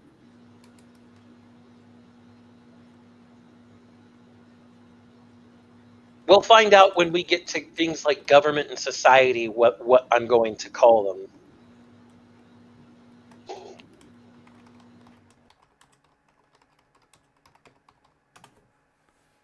I don't know if Monk is still there, but I'm still here. And as far as the whole Beastman thing, if I feel like making cat girls or cat boys and calling them Beastmen in this particular setting, I'm gonna fucking do it. Exactly. And anybody who's got a problem with that can kiss my black ass.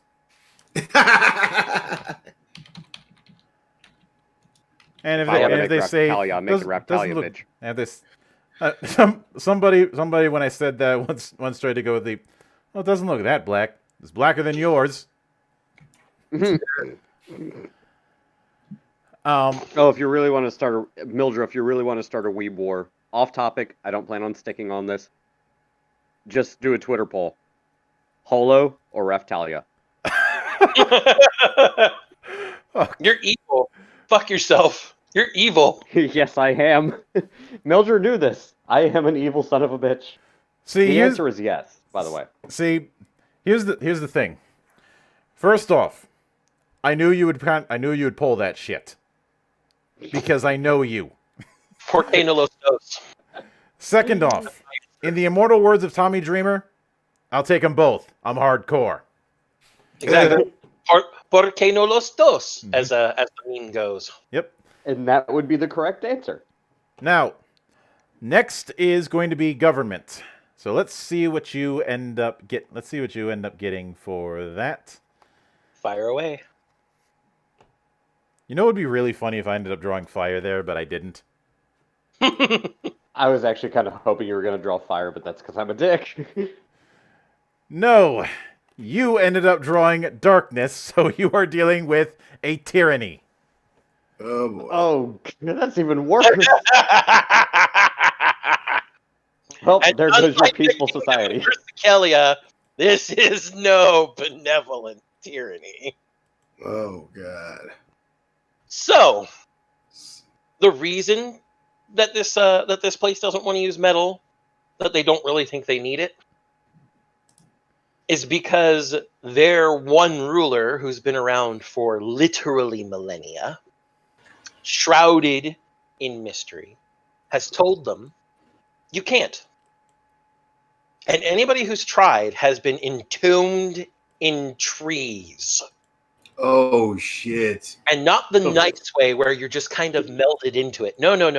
The branches grew through you like spears. Are we talking like blasphemous? Yes, we are. Oh, beautiful. We're dealing with an eco tyrant. The This, forest compels you, Skinberry. Oh, trust me. You ever come in here and break any of their laws? The first time you just get a spear of wood through the foot. It gets progressively worse each time. Excuse me. Gets progressively worse each time.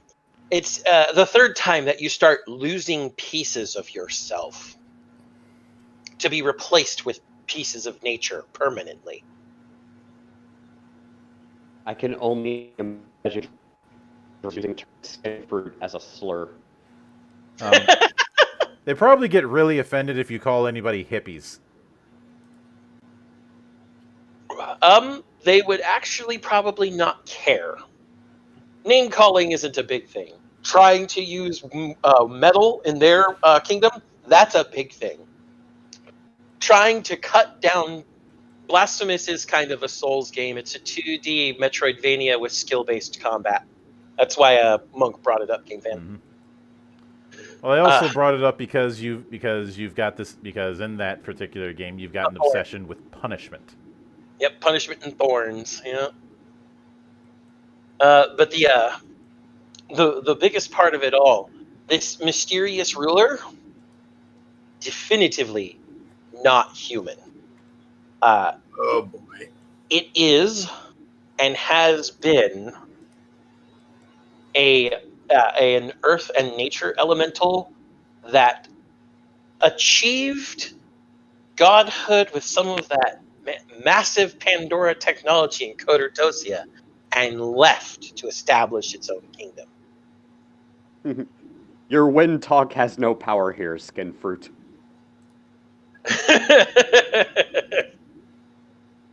I don't know if it would quite talk that way. I'm sure it's learned to sound very mortal. But Either way, it'd still be funny. Yeah, this thing, nobody has ever seen it and either lived or remained undevoted, I guess is the best word. Let's just say the people who meet it are forever changed. All right, I can definitely go with that. Well, there's your Trents and Ents and your Midsummer Night Dream Fairy and Fae and all that. Can I point out that because of the fact that I've had to do deep dives through Lord of the Rings for the last month, I fucking hate Ents. Ugh. Ents are very slow. We talk like this, Mildra. Yeah, but that's not how I think of Ents. When I think Ents and tree ants, I think either the evil tree things possessed by evil spirits, or actual tree people who aren't just slow. You know, it's kind of funny that they supposedly only speak when they feel they need to, and yet the ones that we see never shut the fuck up about meaningless shit. Imagine two Ents playing chess. All right, let's move on to the wildlife. All right, let's go. Let's Please see. draw Let's see fire. what we got for wild. What were you hoping to draw? Please draw fire. More dire animals? You want more dire animals? Yes. Dire fairies. I want dire fairies. So humans with fairy wings? You didn't get. Okay, here's the good news. You didn't draw fire. Okay. Here's the bad news. You drew stone. You've got epic.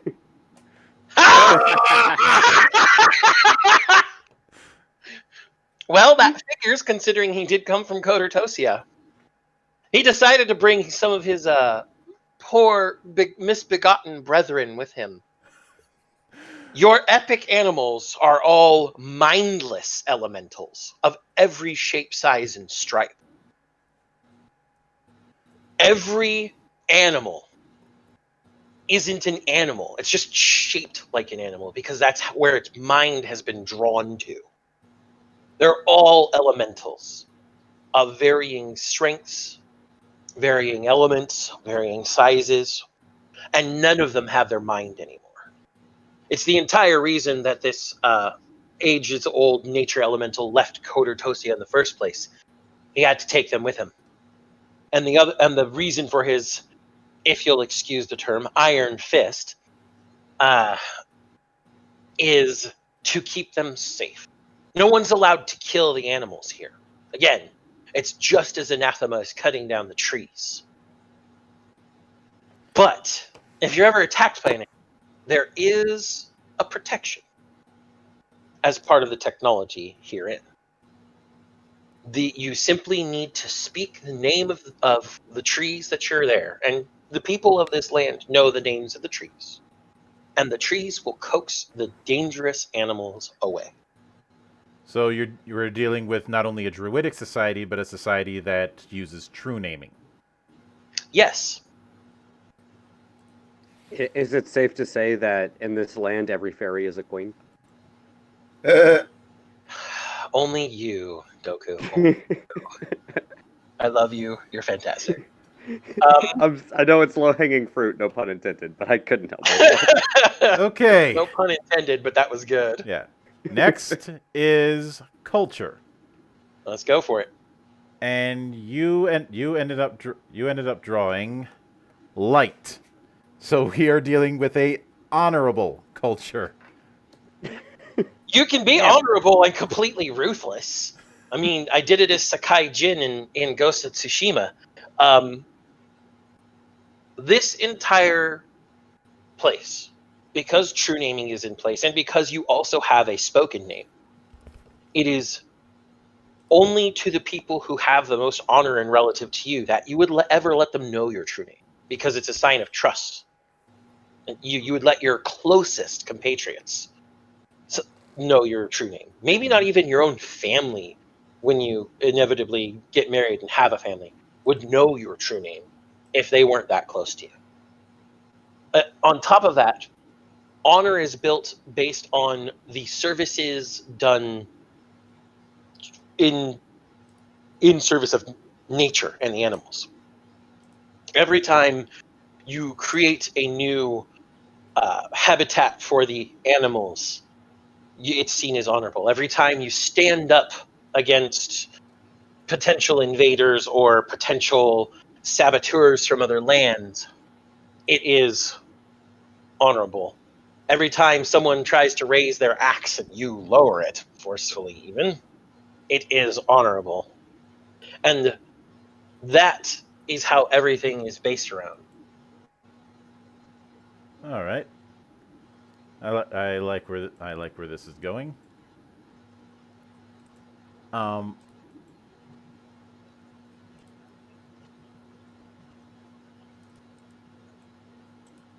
So Essentially, all in service to the tyrant of nature begets honor. So next is society, and let's see what kind of crazy we can brew with this particular society.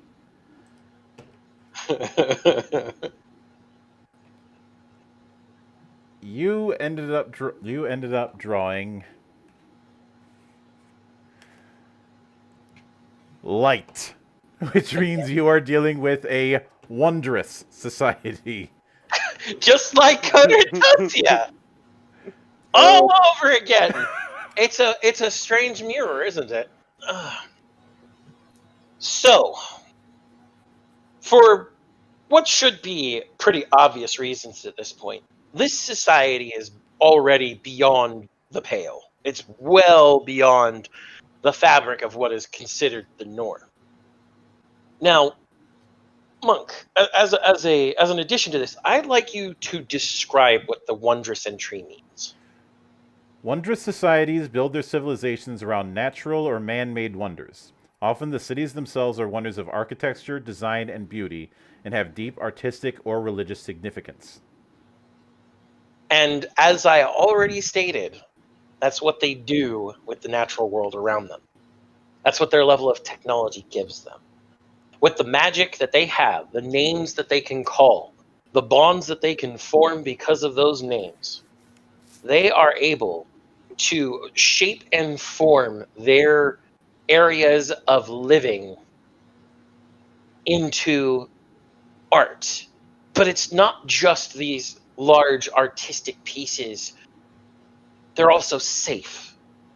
You'd never know you were looking at one if someone didn't point it out or if you weren't a native. There's the camouflage is another facet of that art because they don't want to disrupt the natural world. They try to meld within it. And in doing so, they keep What? God damn it, Mildra. What? If she flutters, she's a thought. It went every Doku had put in the chat. Every fairy queen is a goddess, so I had to give the other half of that. Yep. I train of thought. God damn it.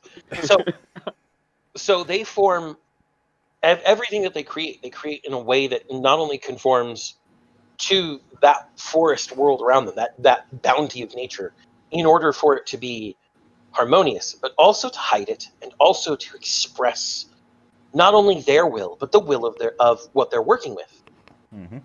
You know the true name of a tree. You also know its wants and desires. You know down to its very core what and who it is. And as such, if you need to use the tree to, say, create bows, you're going to create bows in the way that makes that tree feel the most satisfied and fulfilled of creating those bows for you. And the same extends to everything else. So in this wondrous society, every little thing that is created to make sure that the forest remains as satiated and satisfied as possible. All right. Now for the last part with Creed, you ended up drawing darkness. So you are dealing with cults. Everything is permitted. Cult? Oh, this makes sense. Well, like I said, nothing is true. Everything is permitted because you said Creed. There we go. But the joke I've been holding out on this entire time. All right. As for cults, or a cult, it is going to be a single cult. While the elemental himself did not want to build himself as a god king because he'd rather rule from the shadows, simply because the threat of his power being around is enough to keep the place rather peaceful. Almost every denizen in this area has a chapter house that they find and they are fervent about, dedicated to an aspect of him. The cult isn't completely unified, but they're not so disparate to have the same issues as the various, such as the various different versions of Christianity or Catholicism. They are each a separate aspect of him. Some are aspects of his rage, aspects of his patience, aspects of his sorrow. All of these are things the cults worship and attempt to appease. If he is sad, we shall make him happy. If he is angry, we shall calm him down. If he is happy, we shall continue it. Each one of them thinks of it as a way of making sure that the tyrant that rules them so tightly as the most tightly woven ivy on the northbound side of a tree also is a comfortable and beneficial life. If he is satisfied, they are safe. If he is satisfied, they receive benefits.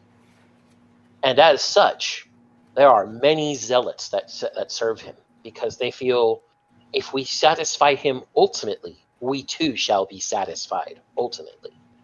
And I would like to raise one on this particular thing when it comes to the tyrant. Let me throw this out there and see what you think. Okay. Because of the vast amount of power that this particular tyrant has, as the years went on, he separated himself, i.e., he took various aspects of himself and made those into their own individuals. If you're thinking this is kind of like the relationship that Father has with the Homunculi? with the homunculi in Full Metal Alchemist, that's not far off. And you mentioned, the reason why I say this is you mentioned that you have these cults that are based around his different aspects.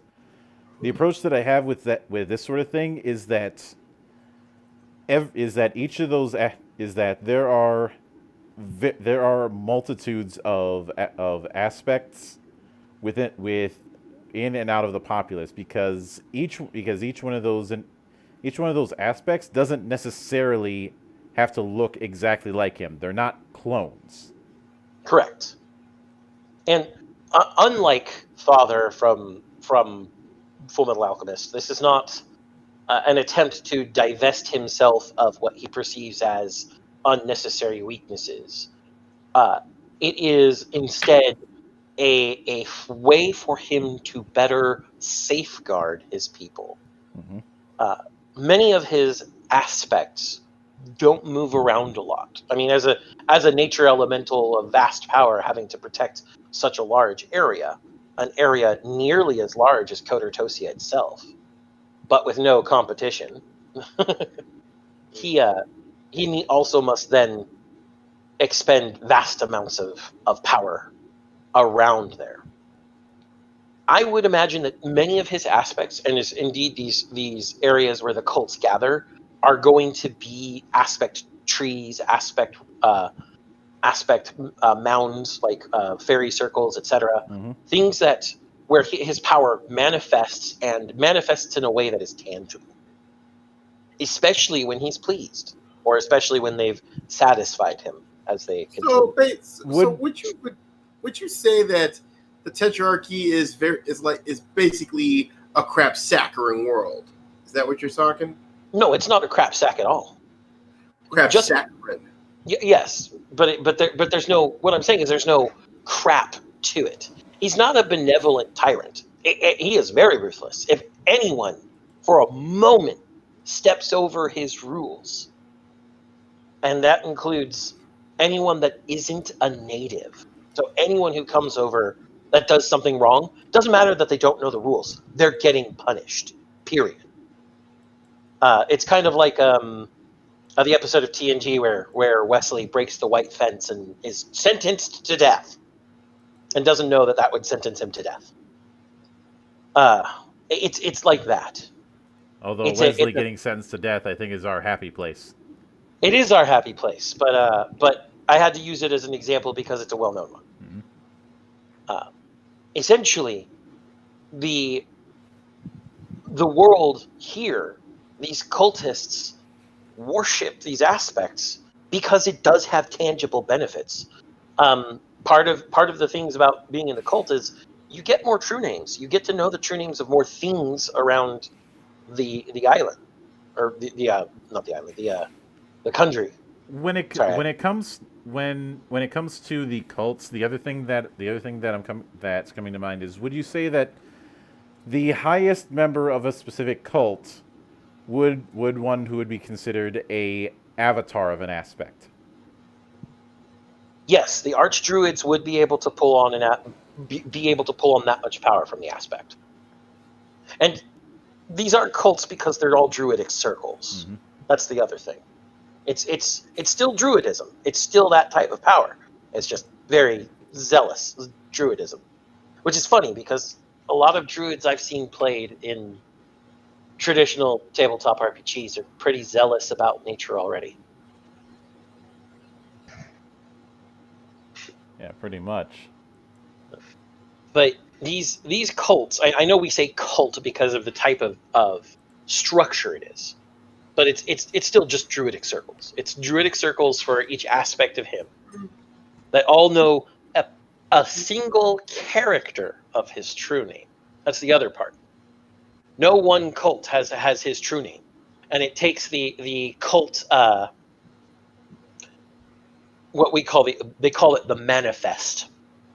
They go to the central area of the Tetrarchy, all of them to pay tribute to the tyrant once per century, and all of the cults come together, and with each letter of his name bring his aspects back to him, so that he can rise and speak to them once 100 years to give them guidance.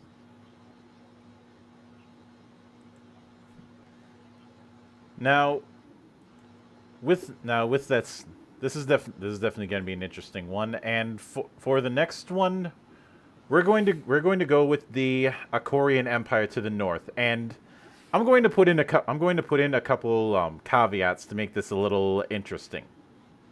Mhm. So, first off, who said that they wanted the Empire? That was you, Aaron, right? I did. Yes, I did. Okay.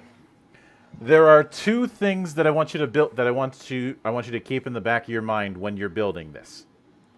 The first is that the Empire has been at war with the Tetrarchy for centuries. Ooh! This was actually my plan here.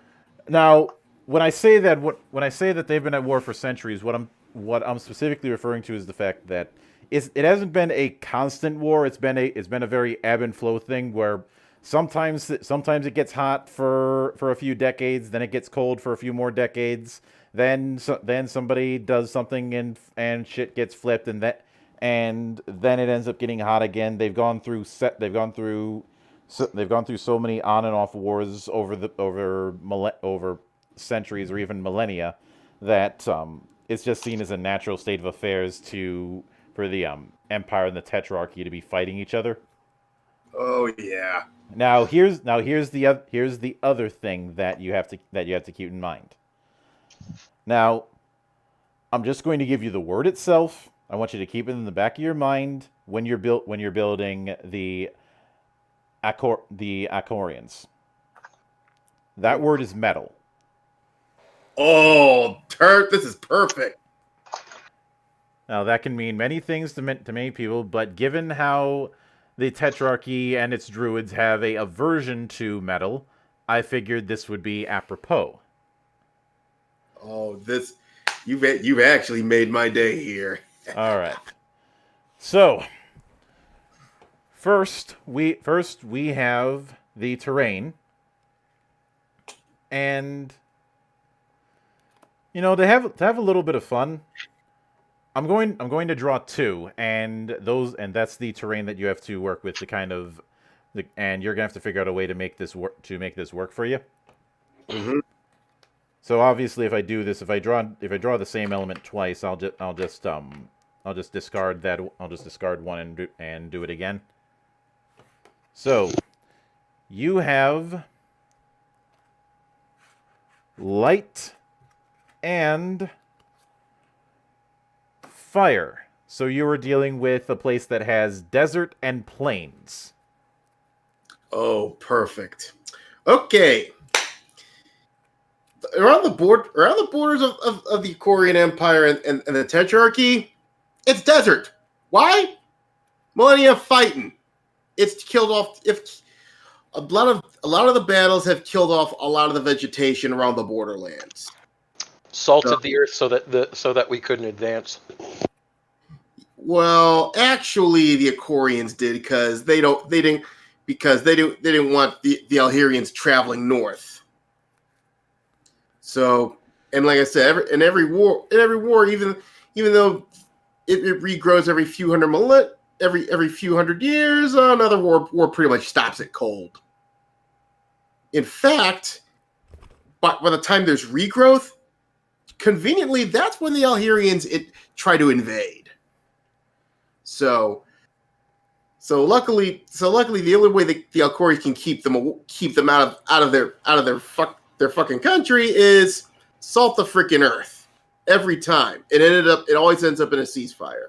Now, as everything north of the borderlands, it's pure grassland. It's blue grassland. So it's basically averted feel of green with a couple mountains dotted here and there, but it's low enough not to the mountains are low enough not to still have vegetation growing out. So basically you have beautiful blue mountains and beautiful like bluegrass fields. It's like you can go out on a picnic, provided if it rains, it becomes a doozy.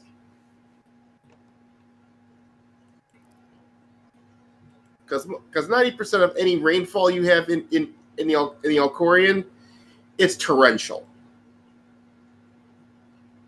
But hey, it keeps the grass looking beautiful. Mm-hmm. I can definitely go with that, and it's. I wonder if the Tetrarchy would see its war with the North as more like crusades. It is. Not really. I would say it is. Well, according to the Corians, they see it as a crusade. They see their what they call their I would say. Well, I'll explain further as we go along. All right. So next is technology. Let's see what you end up getting. And you ended up drawing electricity. So you're dealing with neotech. Ooh, okay. Explain neotech one more time, because I got to get this out very meticulously. All right. Technology is information-driven and powered by sound, repeatable logic, often powered by clean energy such as light or the internal heat of the earth, or even the blessing of great spirits. This technology can overcome the laws of physics through ingenuity and hard science. The wonders produced by these societies are most commonly classified as tools and allow powers such as flight, teleportation, or protection. These realms may also have space programs to explore the world beyond. We're skipping that. Yeah. Well, there's a reason. Well, there's only two uses the Alcorians use for their technology. Number one, advancement. Most of their cities, a few of their cities it's sort of like Insomnia from Final Fantasy 15. Okay. Mm-hmm. Actually, there's like 3, maybe 4 cities that are like that, and so it's basically our technology, except I would say 50 years into the future. But it's cultural, it's societal advancement for one half. The other half, warfare.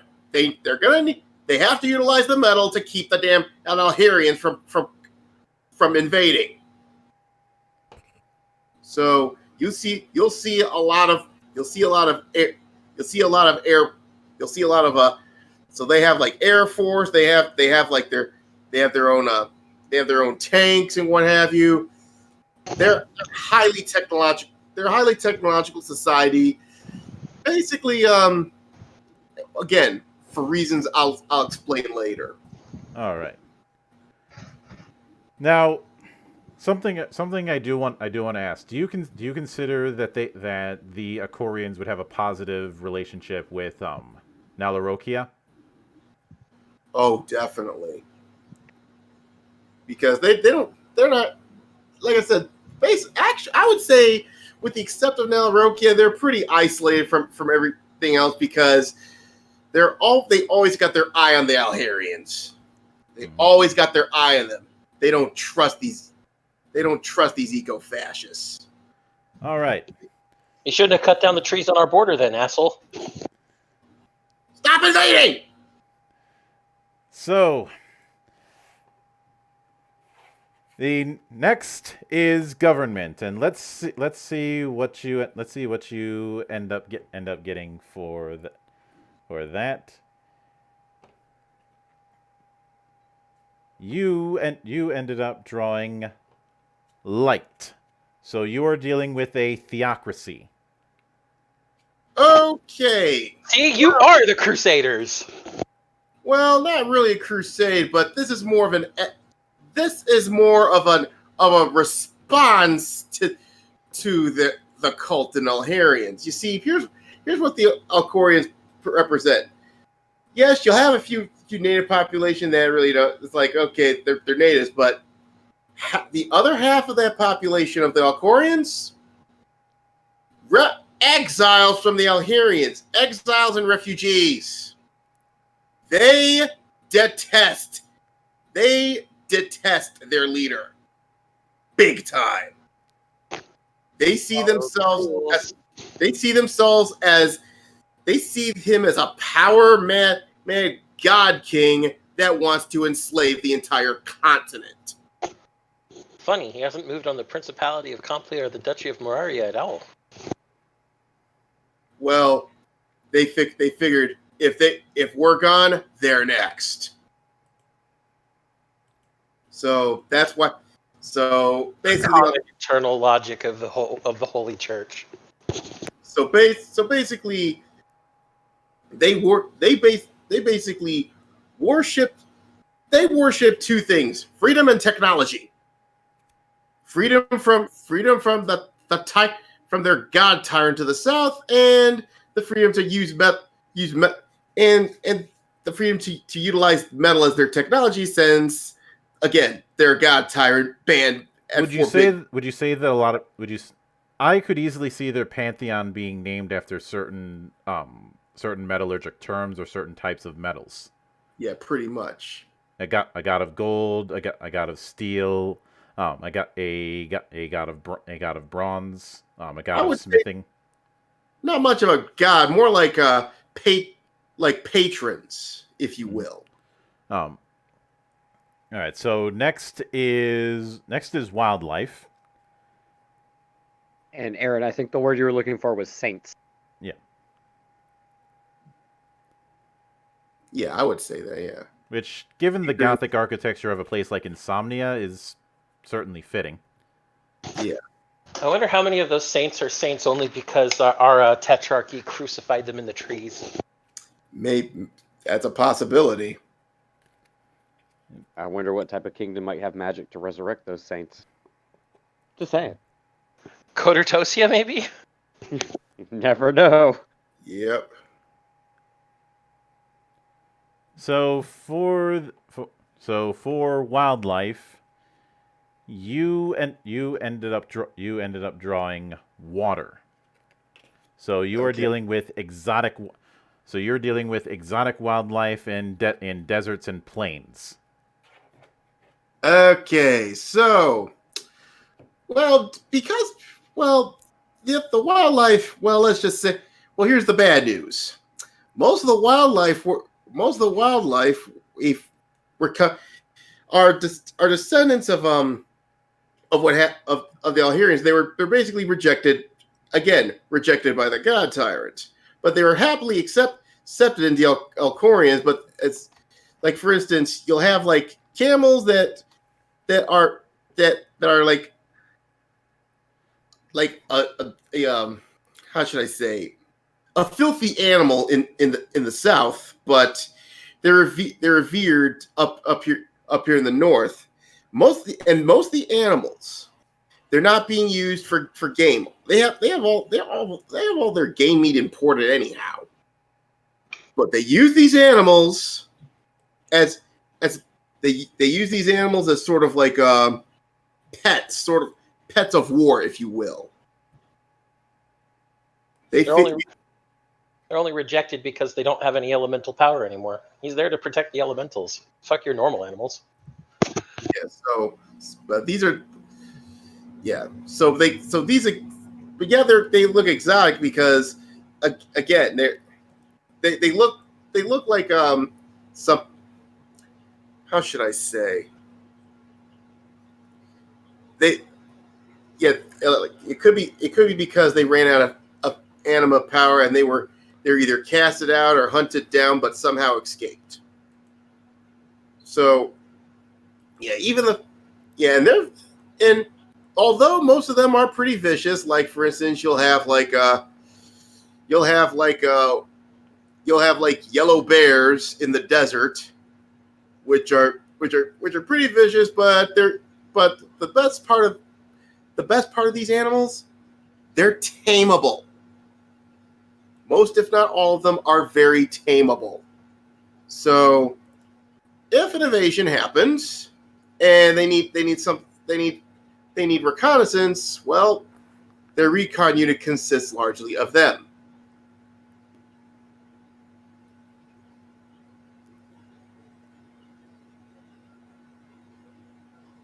All right. All right. Now when it comes, so we're probably not dealing with the kind of threatening exotic wildlife that we had in Balarinkia. What we're dealing with are our animals that are used. I'm guessing that I'm guessing that a lot of them are used as either pets, beasts of burden, or as support units for their armor divisions for their army. Mm-hmm. Yeah, they're only exotic in a way that like I said, they're only exotic in a way that the god that since they've come from the south, they're unnatural looking to the outside world, but they're sort of in between. All right. Think the white deer with the blue horns and Dad of Boy. Indeed. So, next is culture, and you drew electricity. So you're dealing with a progressive culture. Well, it makes perfect sense.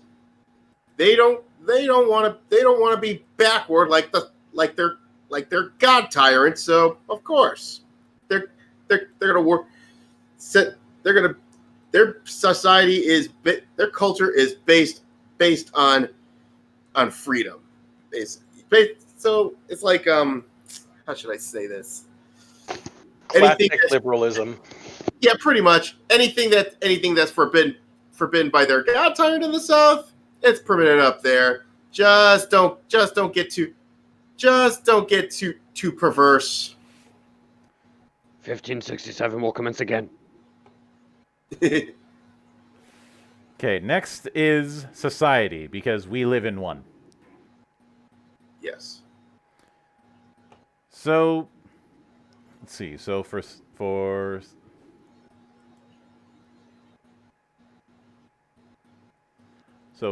society, let's see what the luck of the draw gave you. And you drew fire, so you're dealing with outposts. Would you want me to give the description that it gives on outposts? Yes. Societies that form outposts often have scarce resources and infrastructure, leading to a wildless, Wild West sort of society that manages itself. Now, do you want to keep this, or do you want a mulligan? Now we'll keep this because I have idea. Because outside of these four large cities, you basically have like sort of tiny little villages that they're basically like you've heard of it. You remember Hadley's Hope from Aliens? Yeah. Dotted throughout outside the four cities is sort of tiny little villages in the form of Hadley's Hope. Now, when it comes to the larger cities, would you say that they're about the size of a mega city in Judge Dredd? Yep. I don't know about you guys, but I feel like this is strangely shaping up to be like Trigon. Yeah. and your hardest hit outposts are the ones in the desert. They're closest to us. I'd honestly guess that the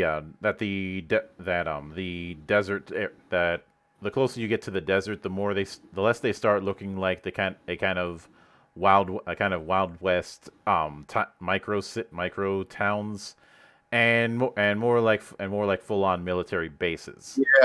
Yeah, it's definitely up in the northern, in the grasslands, it's pretty much your micro towns, micro colonies.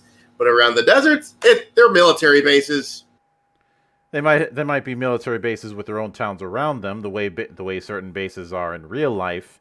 But if you're in one of those places, or you're working in one of those places, pretty much you're pretty much working with soldiers or officers 99.9% of the time. Mm-hmm. So, last is Creed. And for Creed, you ended up drawing light. So you're dealing with a theological creed, i.e., their study into the divine is a science. Okay, so this creed each centers around two things. Basically, the antithesis of the God Tyrant, and the other half is studying the God Tyrant, because to defeat your enemy, you must know your enemy, and on that half of study is they're trying to figure out the God Tyrant's origins. And one of their researchers has said that there is a place in the Western continent where such beings originated from.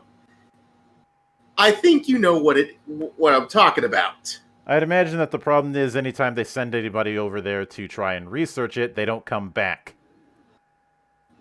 Nope, they don't get any. They don't. Yeah, and the reason they're sending someone to research it because if someone manages to get a successful expedition to Cordotosia, the Alherians are fucked. Not really, because of the fact that the black box technology from Cordotosia is what gave the God Tyrant his power in the first place. And remember that the Pandoran technology is explicitly unknowable. Pretty much. So their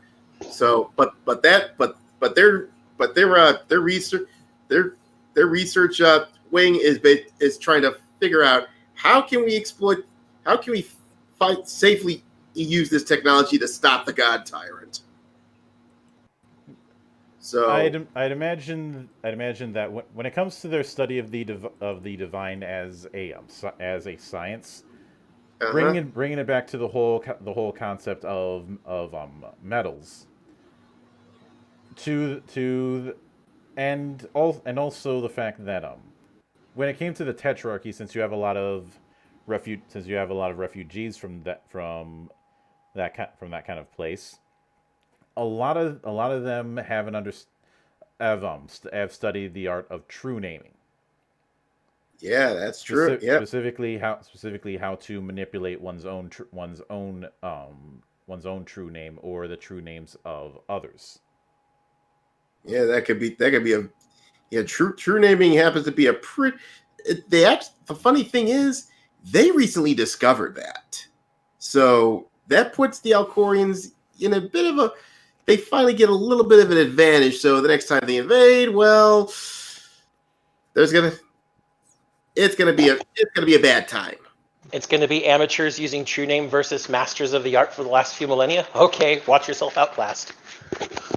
Well, the thing that I wanted to make clear when it comes to the relationship between the two of them is that every time the wars end up getting hot, the reason why it hasn't just been constant is eventually they come to a point where it's best to just sit back and wait because we're using up too much resources.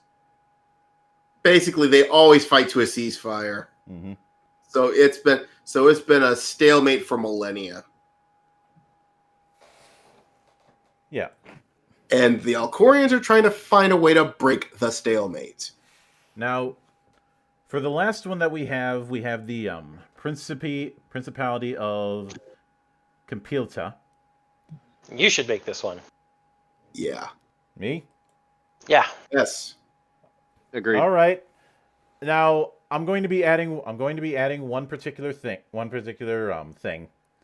One of the themes I'm going to go with the Principality is that this is a nation that is on the downside of greatness, i.e., They're millennia Twilight. ago, they were the largest political power in the Eastern continent.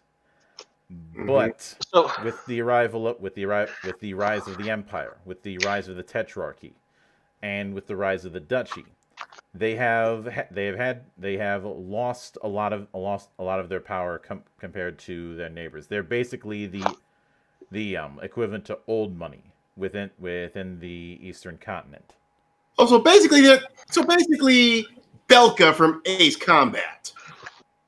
Honestly, I was gonna go with that or the Centaurians from Babylon. so Mildra, Shoot. how does your card system work? Are you just using a normal 52 card deck? This is a special deck called the Balance deck. Instead of using a 52 card deck, it has a set of 7 elements. In fact, let me look at this. So you have a set. You have a set of elements that that each revolve around certain themes. And those are the elements that we've been using throughout this. Okay. Well, the reason I was asking is because I know it's 9 cards, correct? Yes. Okay. Hold on a second. I'm going to try and make my own deck so I can draw for you and tell you what your stuff is. All right. Let me put up my deck. I'm making one out of a normal 52 card deck, but I can pull 9 special cards out and go from there. Well, let me count how many cards there are total. Now, keep in mind there's the 7, the extra 2 elements, pure anima and aether. You can ignore that, so you're only dealing with 7 types. Okay. I thought we hadn't drawn them once yet. You just pulled them out because you were using them as wilds anyway. Mm-hmm. Okay.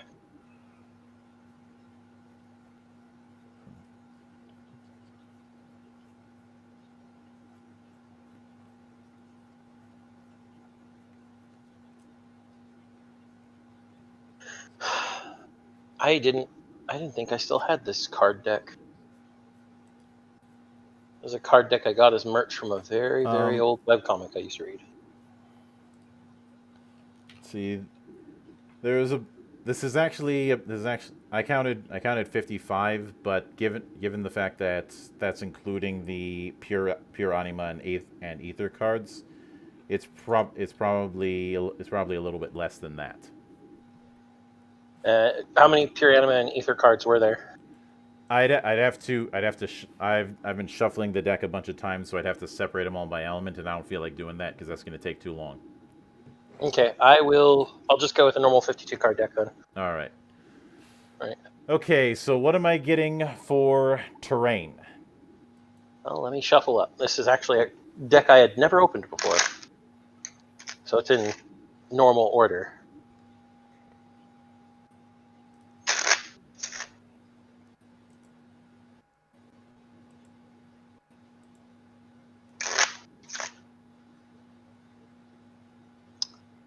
All right. For terrain, we've pulled electricity. Electricity. So we're dealing with mountains. All right. That's what I pulled. So, and because of what I did with the Empire, draw me one more. Okay. Let me get that all shuffled up and ready to go.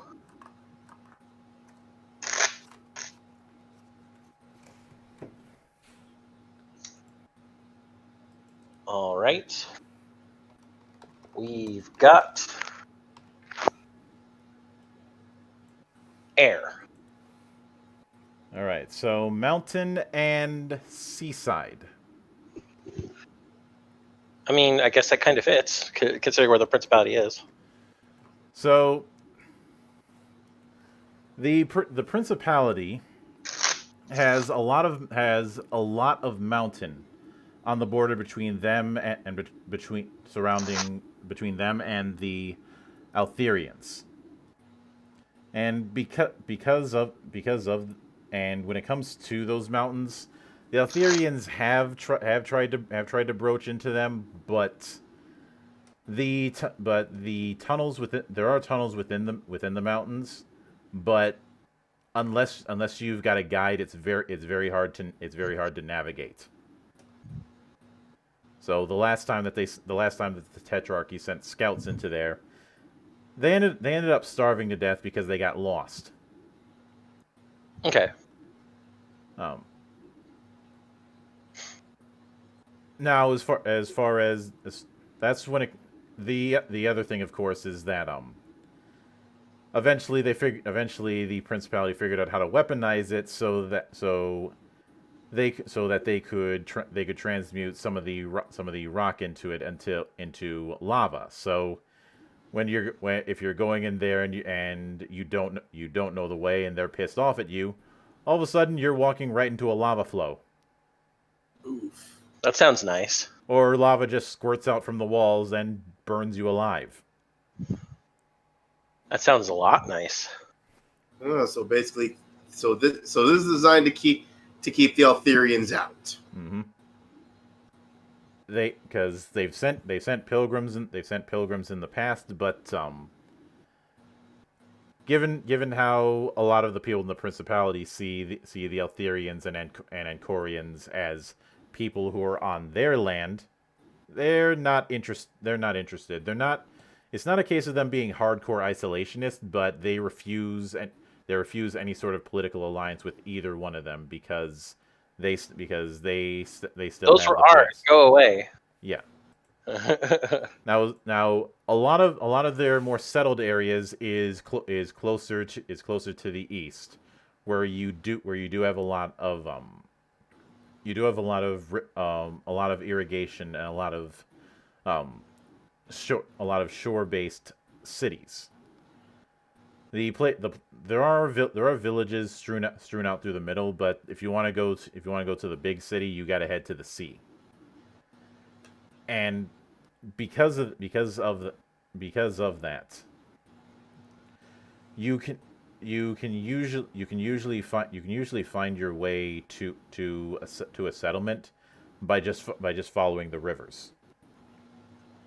Because no matter which way you go, up or down a river, you're eventually going to find some place where there's more people.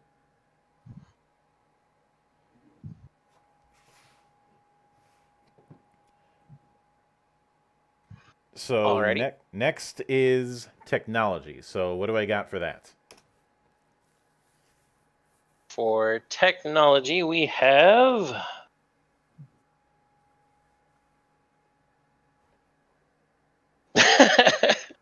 dark. They have Pandoran tech. Yep. Oh. Someone must have came back from Cordotosia. Or they have a different version. Actually, I'm going to go with a different approach. They were the ones who had it first. Oh. Like the first recorded instance of a black box was in what was originally the Complia Empire. Okay. It reduced itself into a principality because of the people who didn't. And the thing is that in order to understanding this technology, when it comes to this original version of the black box, not the version that's powered by legends in Cordotosia, it is kind of like the D engine in Cthulhu Tech. In order to really understand it, you need to understand things that would make men mad. You are dealing with using latent forces from other dimensions as an energy source. You're a Slaneshi. So basically, the black box technology is is used more responsibly here. It has to be used responsibly because because the earliest people who ended up researching it went insane. They're Slaneshi. They're all a bunch of Slaneshi. I don't think that they're that they're not exactly obsessed with pleasure, so Well, I'm talking more about what happened to Fulgrim and the Emperor's children, but how they started studying the things of chaos and became consumed by it. yeah. The thing is that because of that particular insanity, one of the if there's one thing that they understand very well, it's psychological science. Because to the point where anybody who is considered a arcane engineer for the principality, when they end up getting certified for that job, they either choose or are assigned a psychologist to work with them and make sure that they don't go too far off the deep end. So they make sure to heed Nietzsche. Got it. So probably explains why they don't want to deal with the Arcorians to begin with.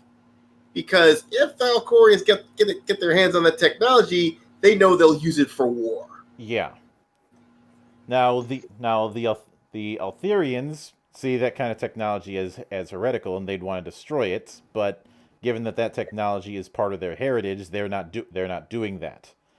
It's not exactly that they'd see it heretical. It's that they'd see it as unnecessary. The entire thing about the tyrant is there is what is necessary to keeping his elemental brethren safe, along with his subjects, because his subjects are what help keep his elemental brethren from running off. Mm-hmm. In reality, it's a threat. It's a threat to the tyrant. Not really, since he's been empowered by one already. He's basically unkillable at this point. I think because okay, let me let's ponder this. At some point, the Altherians did send an envoy to the principality, and they were turned away. Why? Yes. Likely due to the fact that other than the tyrant came in and took all that land, and the principality is chuffed about it, or not chuffed, miffed about it. Excuse me. Wrong word. They're miffed about it. It's also the fact that the principality is using a technology that is unnecessary. You could just the envoy would have been just like, if you just give up this technology that you have, never use it again, and seal it away, we will teach you the ways of our people so that you can live in harmony as well. Not out of any malice, but also not out of any kindness. Just, hey, if you do this thing, you'll be like us, and then you can also satisfy this god. Yeah, they probably look at us like, wait a minute, how did this god become this power anyway? And they probably suspected their technology had something to do with it. It's like it's a warning. Them and Cortotosia is pretty much a warning. They know of those two aspects. Yeah, but there's nothing that this principality could do to Codertosia. Codertosia is a literal land of gods. Mm-hmm. At this point, no one can conquer Codertosia. No. Well, the ones who would try fail, and the ones who go in and survive defect. Yep, they become just as powerful. Well, they have no ill will towards Cortosia. That's more of like an Aesop. It's basically saying, yes, you'll gain the power of a god, but in their mind, but in the way they see it, you've completely lost your fucking mind. Yeah. The thing is that unlike other places that have this kind of technology, they are extremely conservative about its use. It's only for specific types of advanced tech. Anything further than that, Too dangerous. is deemed as too dangerous, and any sort of research is done very slowly and very carefully to make sure that its results are as reliable as possible without inducing the backlash of using Pandoran tech. Yeah. Because remember, the main thing with Pandoran tech is that it's high risk, high reward, and a little bit on the flighty side. Yep. Yeah, they know the dangers of it. That's why they want to keep it to themselves. In fact, like I said, they don't want to give it to the Alcorians because they know they'll use it for war. Mm-hmm. And they don't want it's like they don't want to deal with they want the Alherians gone as much as they do, but they don't want to know what the hell they don't want to know what comes of that by using their tech. Well, as far as they're concerned, when it comes to the Empire and the Tetrarchy, their They're both attitude is let them fight. If Yes. they're fighting each other, then they're going to be too busy with that to deal with us. Let's say it the right way. Let them fight. Yes. Now the question is, how did their fucking black box technology get to Cortatosia anyway? That's what I'm trying to figure out. That is something that can be figured out. That could be figured out in adventure, because as I said before, this was the first the Completans. They had the first recorded use of that technology. Where it came from, obviously it didn't come from this world. It came from somewhere, but as far as where it came from, I want to leave that blank and let people fill in that one themselves. So next is government. So what do you got? What do you got for me, Xanatrix? We have water. Okay, they're a meritocracy. Just like in Cortatosia, except they're not nuts. This is a very dark mirror. Staring into a mirror darkly. I love it. So the Completians. Let me get this right, and I'm probably gonna, if I ever write this in a book, I'm gonna rename some of these countries and probably hire somebody to do a map. Makes sense.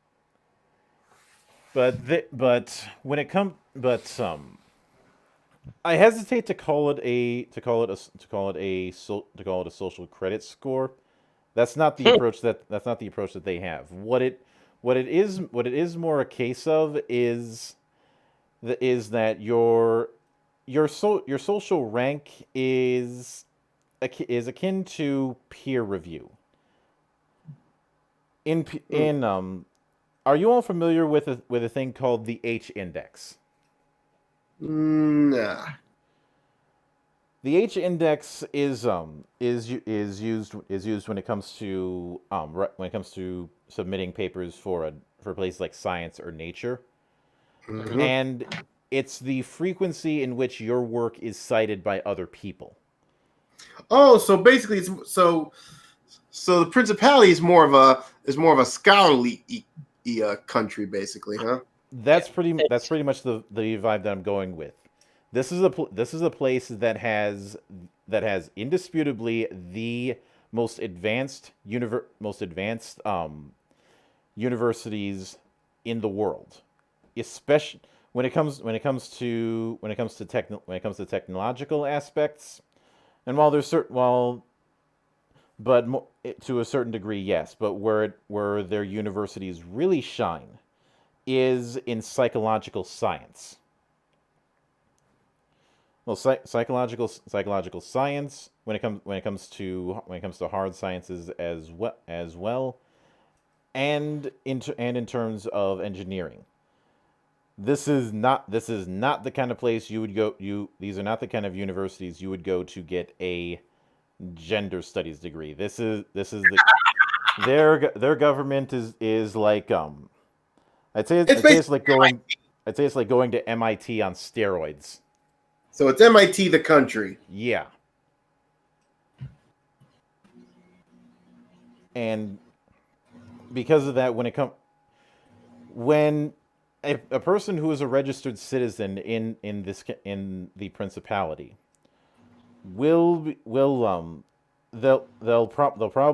probably have some sort of note of merit when it comes to what fields they specialize in, and for the before you can even do any sort of job, you have to spend time doing apprenticeship. Um, and this kind of apprenticeship is more like a contract. You're contracted for, say, 5 years, where you have to learn the ins and outs of a particular field, and then submit a graduation thesis, and then you can work in that field. So basically, it's like the NBA. It's like the NFL draft. You get like a rookie contract, and then if you look like you applied yourself, you'll get the big boy contract. Mm-hmm. That's the approach, because I wanted to go with a meritocracy that wasn't in the same caliber as the Republic. Oh, definitely. Because there's a meritocracy based on how epic you can be. This is a meritocracy based on how much you know. Mm-hmm.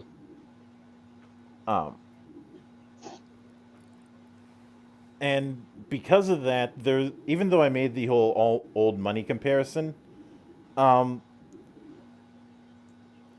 it's really a case where the one thing that does help them gain political power is the fact that they do. I would consider the fact that they do have embassies in other countries, because they're probably the kind of country that would build some sort of teleportarium in order to communicate with the countries to the west, and thus learn from them and add to their overall knowledge. Also makes a really big, really effective spy network, just in case.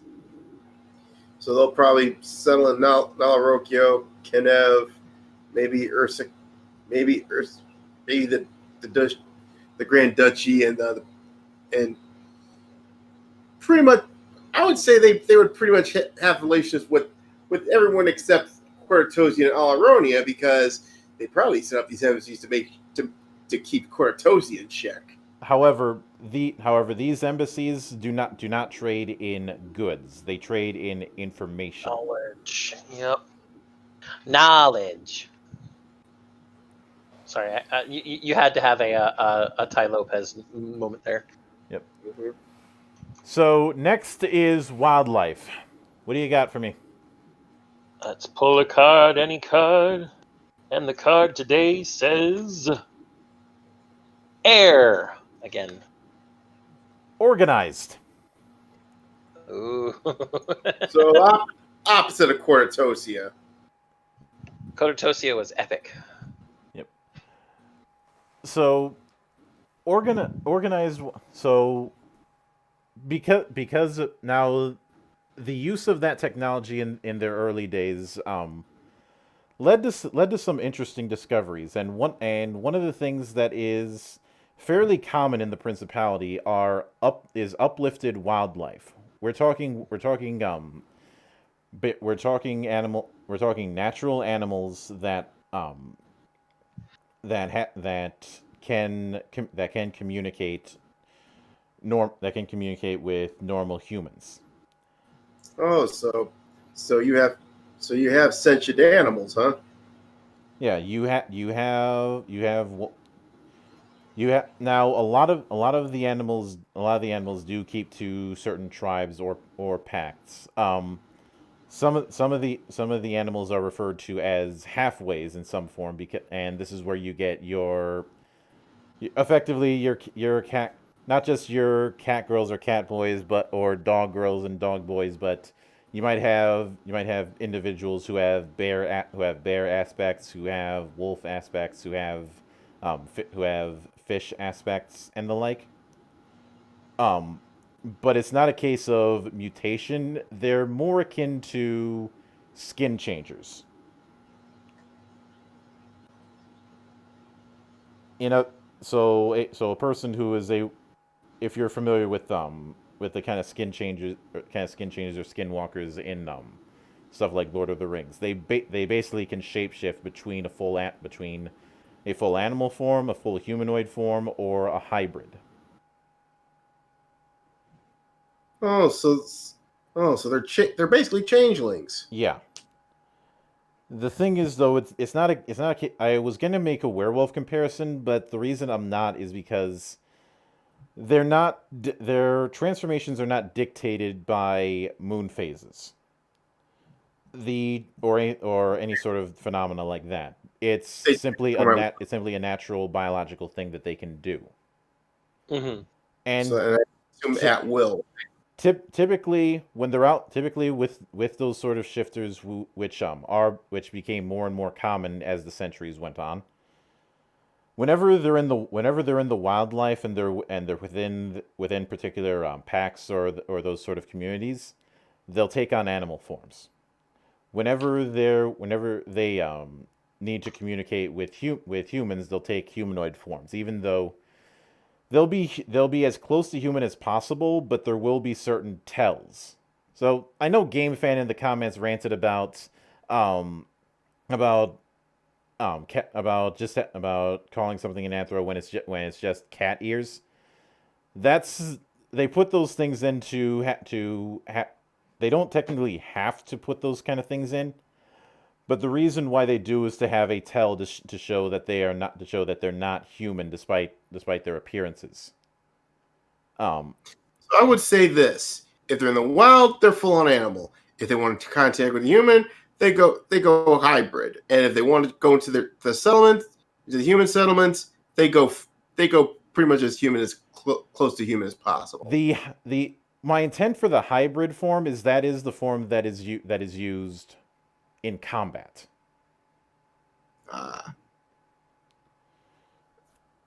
So a wolf type would if they decide to transform to, it's usually going to be a full wolf form. The werewolf that you typically see, that's when they know that there's going to be a scrap.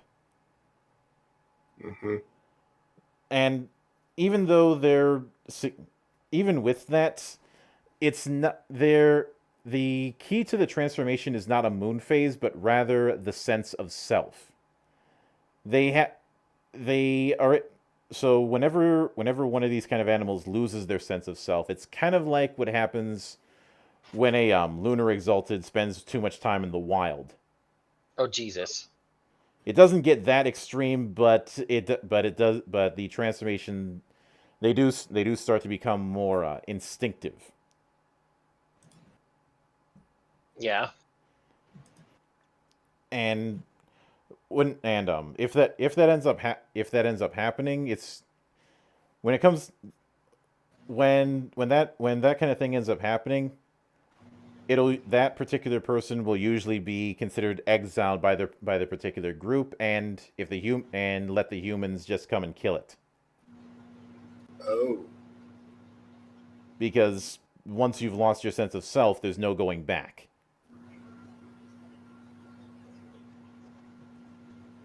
And sometimes they will inform a city, if they're a city or a settlement, if there's a chimera in the area. Oh. Because even though the tribe isn't going to have any use for chimeras, the humans might. So it's a mutual beneficial thing. They get to deal with a threat. They get to deal with a threat, and the humans get to get some benefit out of it. Which is good for the humans. Mm-hmm. So next is culture. All right. Next is culture. Let's shuffle the deck another time. Cut it and stone. They are a industrious culture. Makes Which- sense. which fits alongside the meritocracy thing. These are people who place a significant amount of pride on their work and on their achievements.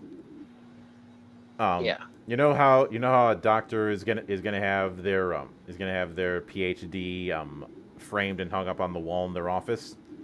Yep. Same idea. Mix a little bit of that and a little bit of the concept of badges that show rank when it comes to military. Like you can look at somebody's outfit and probably tell where they studied, what they studied in, and what degree they got. That sounds nice. Although it's obviously not a universal thing. Every particular vocation is going to have its own different standards about what signifies achievements. True.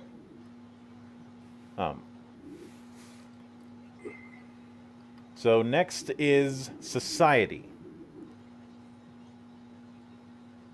Okay.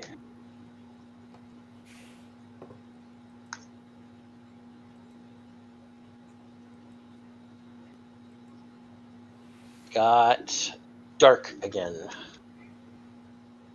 All right. You mind doing a mulligan? Sure. Yeah. Got enough cults in this continent. No, cults is creed. Mm-hmm. We're at society right now. Darkness was underworld, and there's no way I could get that to work. No way. Not a chance. All right. Water. Nomadic. Kind of forced to be after we forced them out of their living spaces. Yeah, I'd say when it comes to that, you do have a whole lot of I'd say this is a tiers and tentpoles approach. You have a Okay. whole lot of established cities, but you also have places that are. You also have a lot of roving caravans that go between cities, as well as the fact that you have a lot of expeditionary groups that will go outside of the borders. Typically take a teleportarium to one of the other areas that they have an embassy in, and go there on an extended study for, let's say, 3 months, and then come back. Mm-hmm. So travel between cities or between countries and back, or even between wildernesses, is heavily encouraged. And this is one of those things where I could see the Icorians. They're probably not thrilled that the principality is popping in and out every once in a while, but as long as they don't get in their way, they don't really care. But when it comes to the neutral islands, you're gonna see them a lot. Simply because they're the kind of person who would go to some of the weirdness in other countries and go, fascinating. I feel like studying this for a bit, and then they set up a lab there, and then after a few months they collapse the lab and head home. Sounds to me like a bunch of Vulcans. Yeah, except they're not assholes. Yeah, really. I mean, I'll be frank. I could, with Spock being the exception, I probably, if I had to hear a lecture from a Vulcan, I'd probably last about 35 seconds before I lost my temper. Well, I mean, Spock is half human, so Green-blooded hobgoblin. green-blooded hobgoblin. What the fuck, man? I love it. It's fantastic. Never changed, Ultra. Look, I've already made it clear about my hatred for elves, and What are Vulcans if not space elves? What are Wakandans if not African elves? Oh, careful! Might get yourself canceled there. Oh, Oh, please! I've been saying Wakandans are African elves for 20 years. I know. I'm just saying. You might. You might. I don't think he gives a fuck. Look, Hmm. Saban tried to cancel me and it didn't work. It was the original video I did on Hyperforce that got taken down, and then I re-uploaded it, and that was the reason I couldn't do live streams for 3 months. Yeah. Well, that or rather, why I had to exile them to a separate channel. Now, with that said, the last one that we have is Creed. Alrighty. Let's see what we get out of this. Let's see. And here we go. Stone. Ritualistic. Well, that makes sense. They probably see it. They probably see scholarly ambitions as sort of a ritual. I would say so to a degree, but I'm putting a bit of a spin on this. For them, any sort of ritual is to them the scientific method is the ritual. You have to do certain things to make sure that any sort of experiment, any sort of research is not tainted by Lady Luck. So the most holy in this case of methods are the ones that no matter what way you do it, no matter how many times you do it, it will always end up the same way.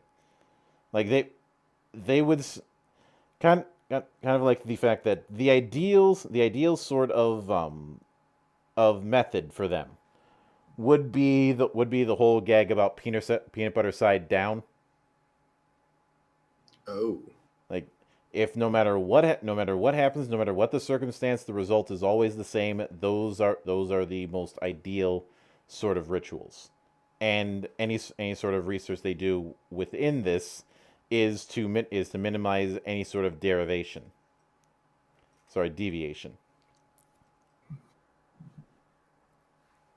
Because basically, you're dealing with a nation of scientists. Yep. And because of that, there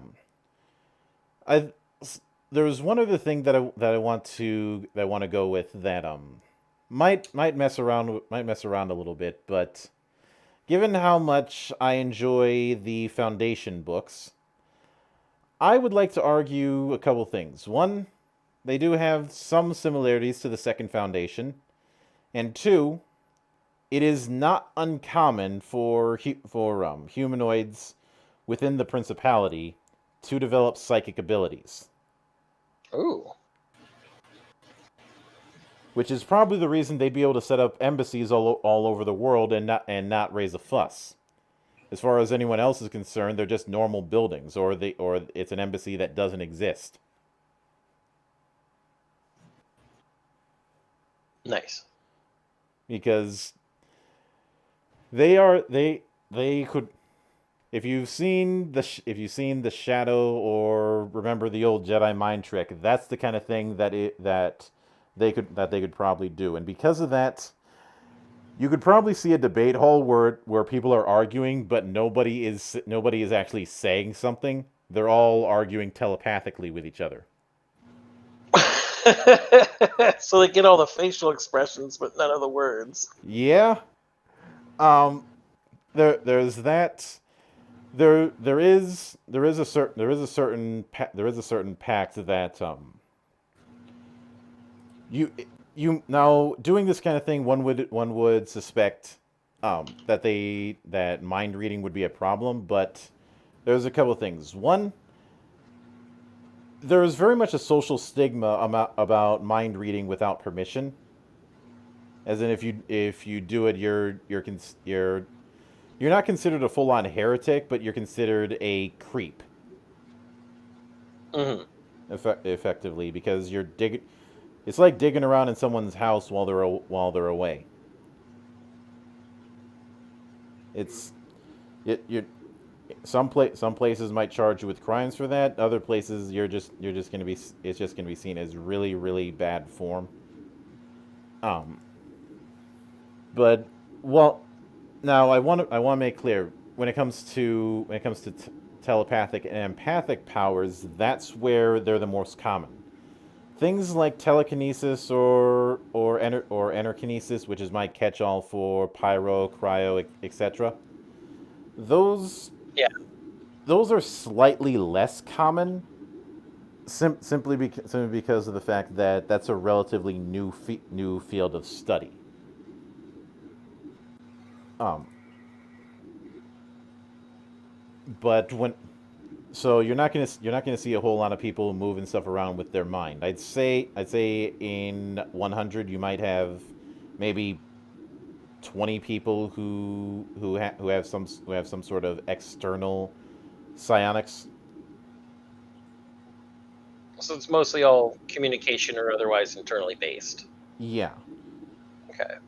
That it's not now anybody who has the psionic gifts can learn that kind of thing. It's just it's not common because for the longest time it was believed that the only thing that they could learn was the internal aspect, being able to extend that sphere of influence outside of individual selves was something that was seen as unheard of for a long time.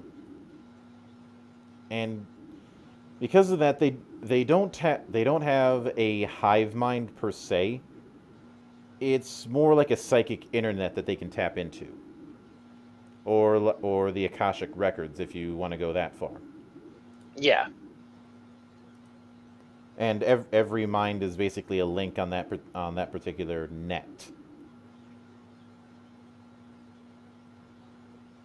And while it is possible to have communication across miles, it's very difficult to do without some sort of amplification technology, which they have.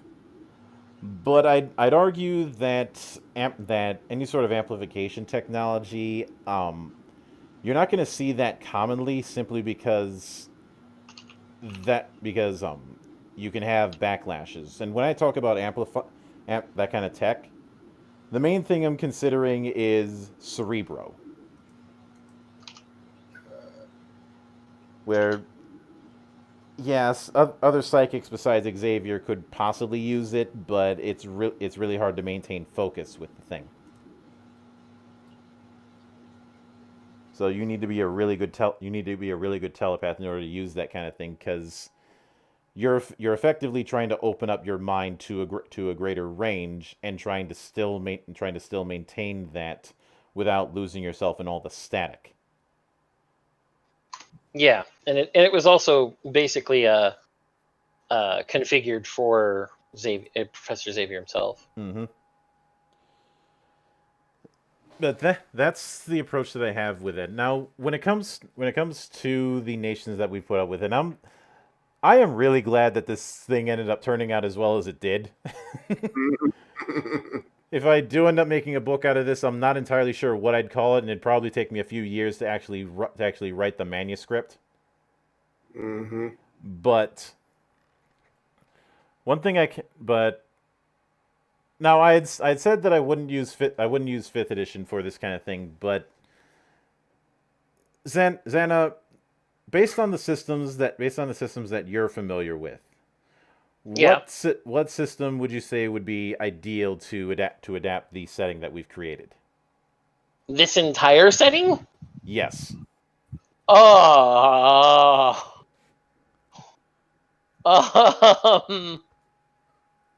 I don't know that could be done. Maybe Exalted. If only because Exalted would give us enough space for Kototosia. Why not Godbound in that case? True, you could do Godbound, but then at that point everything is going to be slightly lower tier than Kototosia for using Godbound's rules. It almost sounds like it would take. You'd either have to house rule a lot of things, or it's just a different system per region. Anima? Anima has the crunch, and it has a lot of the stuff that could fit. But I hesitate to say that it would still be able to cover Kototosia, because Kototosia is the highest limit of everything we have to touch, because it is absolutely out there. I feel like Exalted or Godbound is Kototosia, and then you could do Anima with everything else. Mm-hmm. So if you're gonna play in Kototosia, you'd need to do something bigger. But if you're gonna use Kototosia as a backdrop, you could still use it as a backdrop through Anima, or hell, I could see using Fantasy Craft for a few of these places too. Fantasy Craft, I could definitely see, because there are a few places where I'd considered making a class or advanced or master class based on that particular one. Like last week, I didn't mention this, but I had formulated the idea in my mind of a basic class called Balarinkian Duelist. Based off of Doku's favorite. Yeah. And when it comes to now, when it comes to this sort of thing, there are certain more. I'd probably need to use a modular based universalist approach. The big one that comes to mind for me, because of its degree of flexibility with this kind of thing, is wine. What's old is new. Monk? Yeah? Shit, did I just lose the net? I can still hear you. And he dropped. Drop out and drop back in. Yeah, I lost all income audio.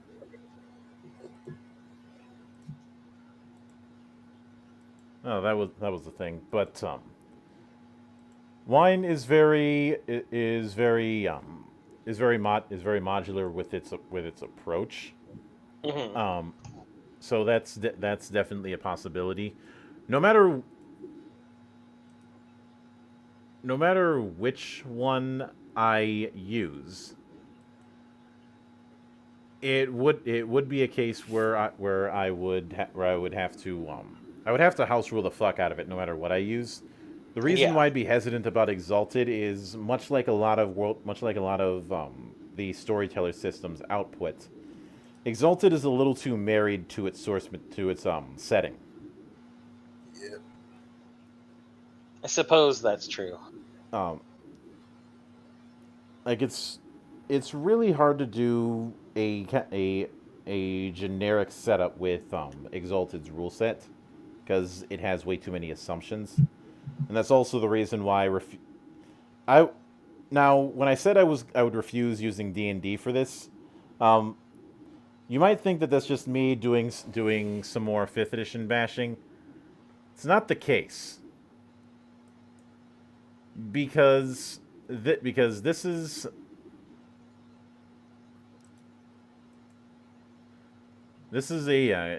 an instance where I would need to do where even if I was using 3rd or 4th edition, they would still have way too many assumptions that I would need to work around. I know somebody might say, well, if you want to go with high powered, what about the whole mega damage stuff that Palladium has? I'm not using Palladium. No, don't do that one. Oh, why not? Palladium's so fun. You realize how pissed off I get whenever a book doesn't have an index, right? Yeah, I know. I'm being completely facetious. I know. Um, now one thing I can definitely say when it comes to the more magical places in this, we would not be using the Vancian model. No shit. There's no way fancy and magic would work here. No, because there's not really a low magic area. And of course, when it comes to psionics, fuck you, Unearthed Arcana.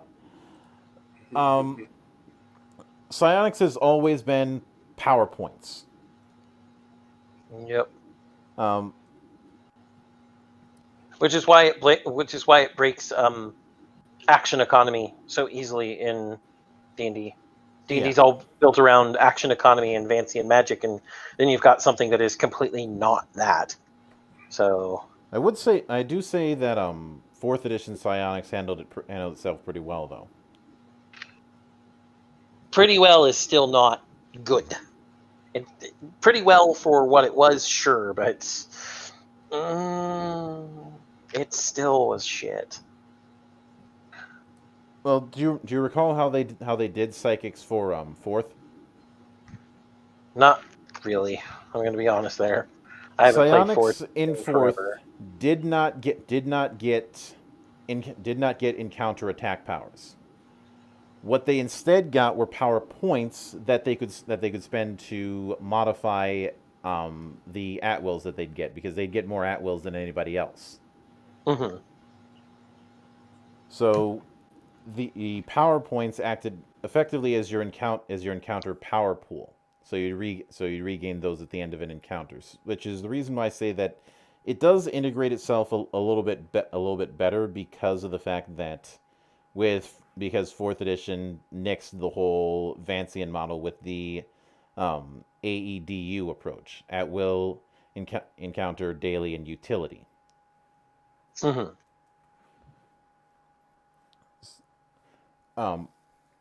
But no matter what, psionics is always going to be a tricky thing to implement in role playing games, unless you end up doing it as the space magic, basically.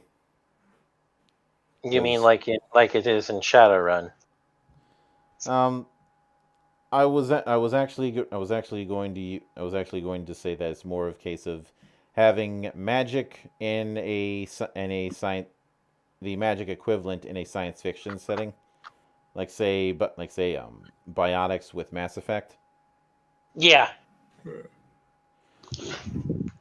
Now, when it comes to the relationships that some of the countries have, I'd say Tolakugia and the Grand Duchy, they have a neutral relationship. It's more of they're not going to get each other's way, but they're not going to get each other's way, but they're not going to go out of their way to help each other either. Yeah, and the Grand Duchy also gets runoff tech from Tolakugia. Mm-hmm. Ursakelia has, because of how hostile their environment is, they don't really engage in any sort of international fighting. Yeah, and they're only militaristic to keep their borders clean. Well, to keep their borders clean, and to deal with the fact that there's plenty of things that can kill you there. Yeah, especially considering how close they are to God Beast country. Mm-hmm. Now, Cordotosia, everybody wants to be Cordotosia. Well, and what's really funny is that I'm sure that when it comes to Cordotosia, they don't even notice the other countries. They don't care. Everybody there is more concerned with trying to build up their own legend, trying to usurp the God King. Yeah, and it's all about the meritocracy there. If you build your legend, you'll have power. Mm-hmm. So these other countries that have their own powers, they don't even care. There's like, I have magic that can rend asunder stars. Why do I care about you? Yep. Auleronia doesn't exist. Yeah. I'm sorry, you don't have the clearance to understand what this is about. Yep. Let's see, the theocracy is probably tied for Nalarokia when it comes to when it comes to trade emphasis. And friendliest people. Like Like- they're the ones who a lot of their advantages come from the fact that they're going to have the better end of trade routes. Yeah. I noticed that weirdly enough, they're the only ones we rolled biotech for. Yeah. Sometimes the dice be that way. Yep. Amen. RNGesus saves the day. Amen.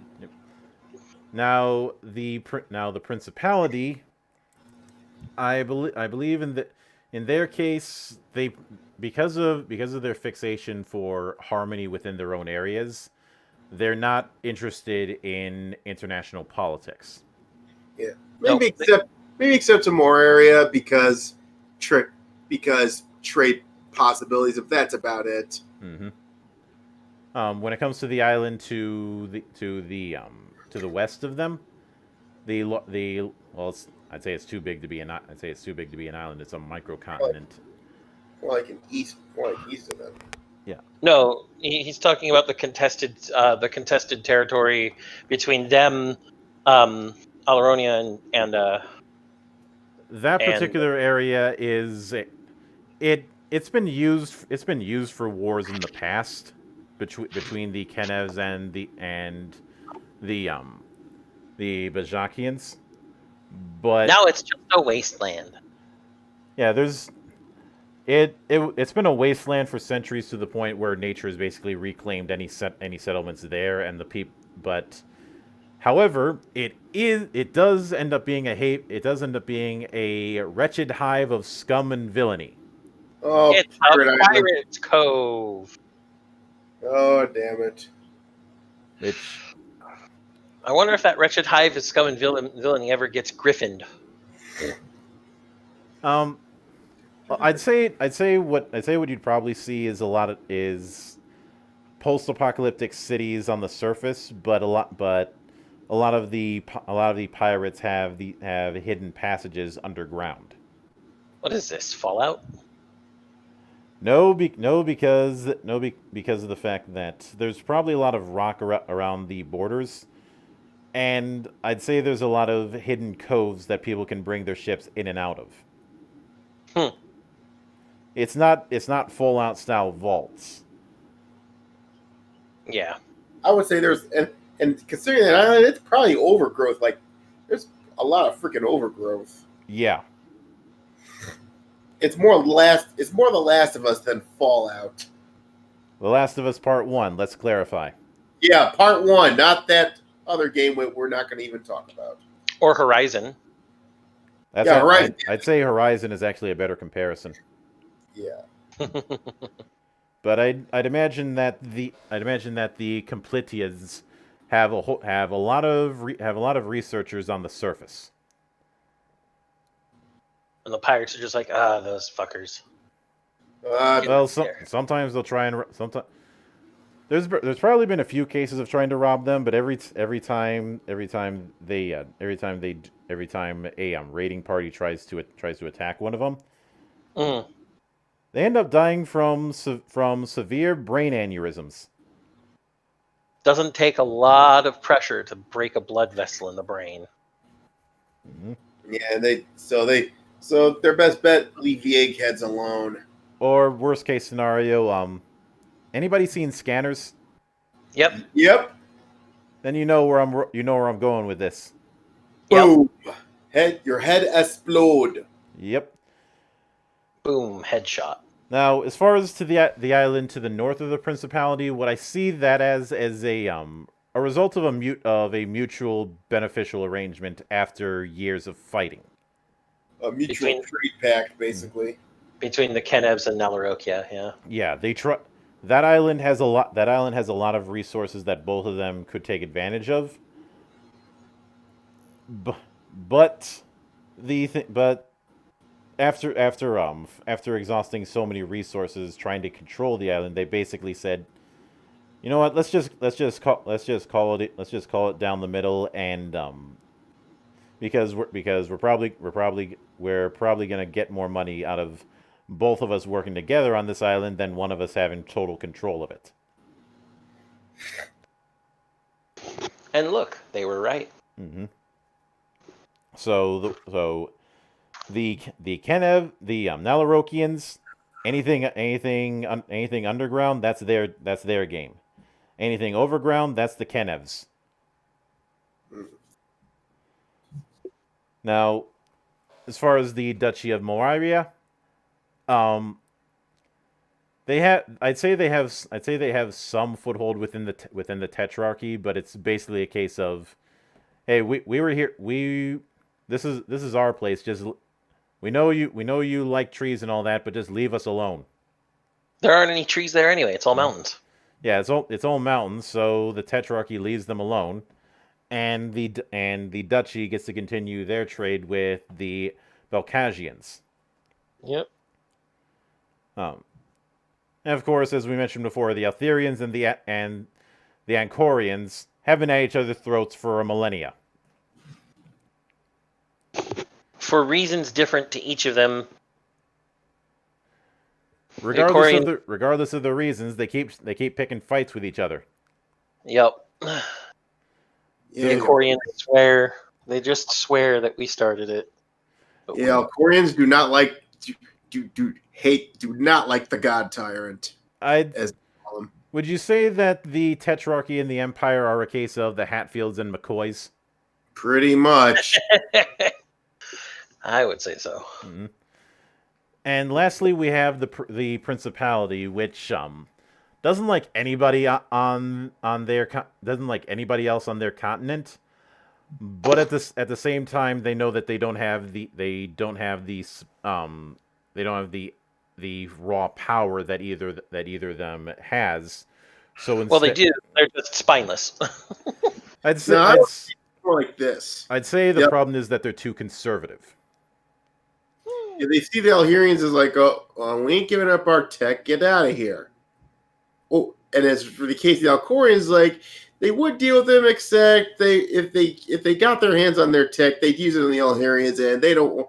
And while they might have a shot with them, they don't want anything unpredictable that would happen because of it. So and both of them, in their opinion, they're trespassing. Pretty much. Now, with that said, I think this ended up turning out to be a success when it comes to building this particular setting, purely out of random.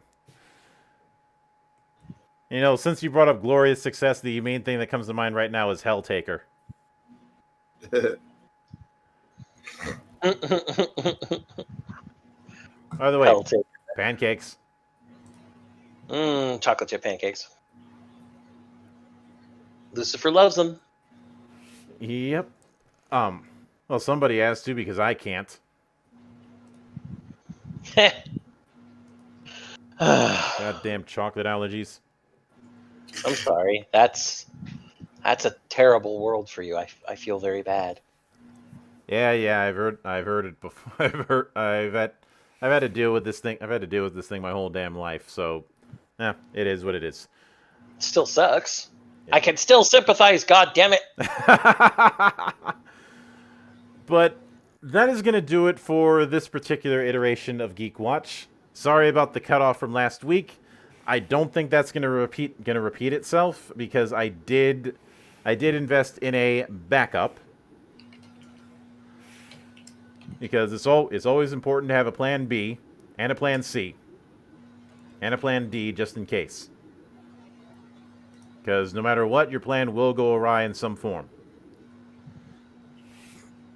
Now, as far as what's going to come next week, since we've done the major pillars of our particular topics over the last few weeks, next week we are going to spin the wheel and see what the topic lands on.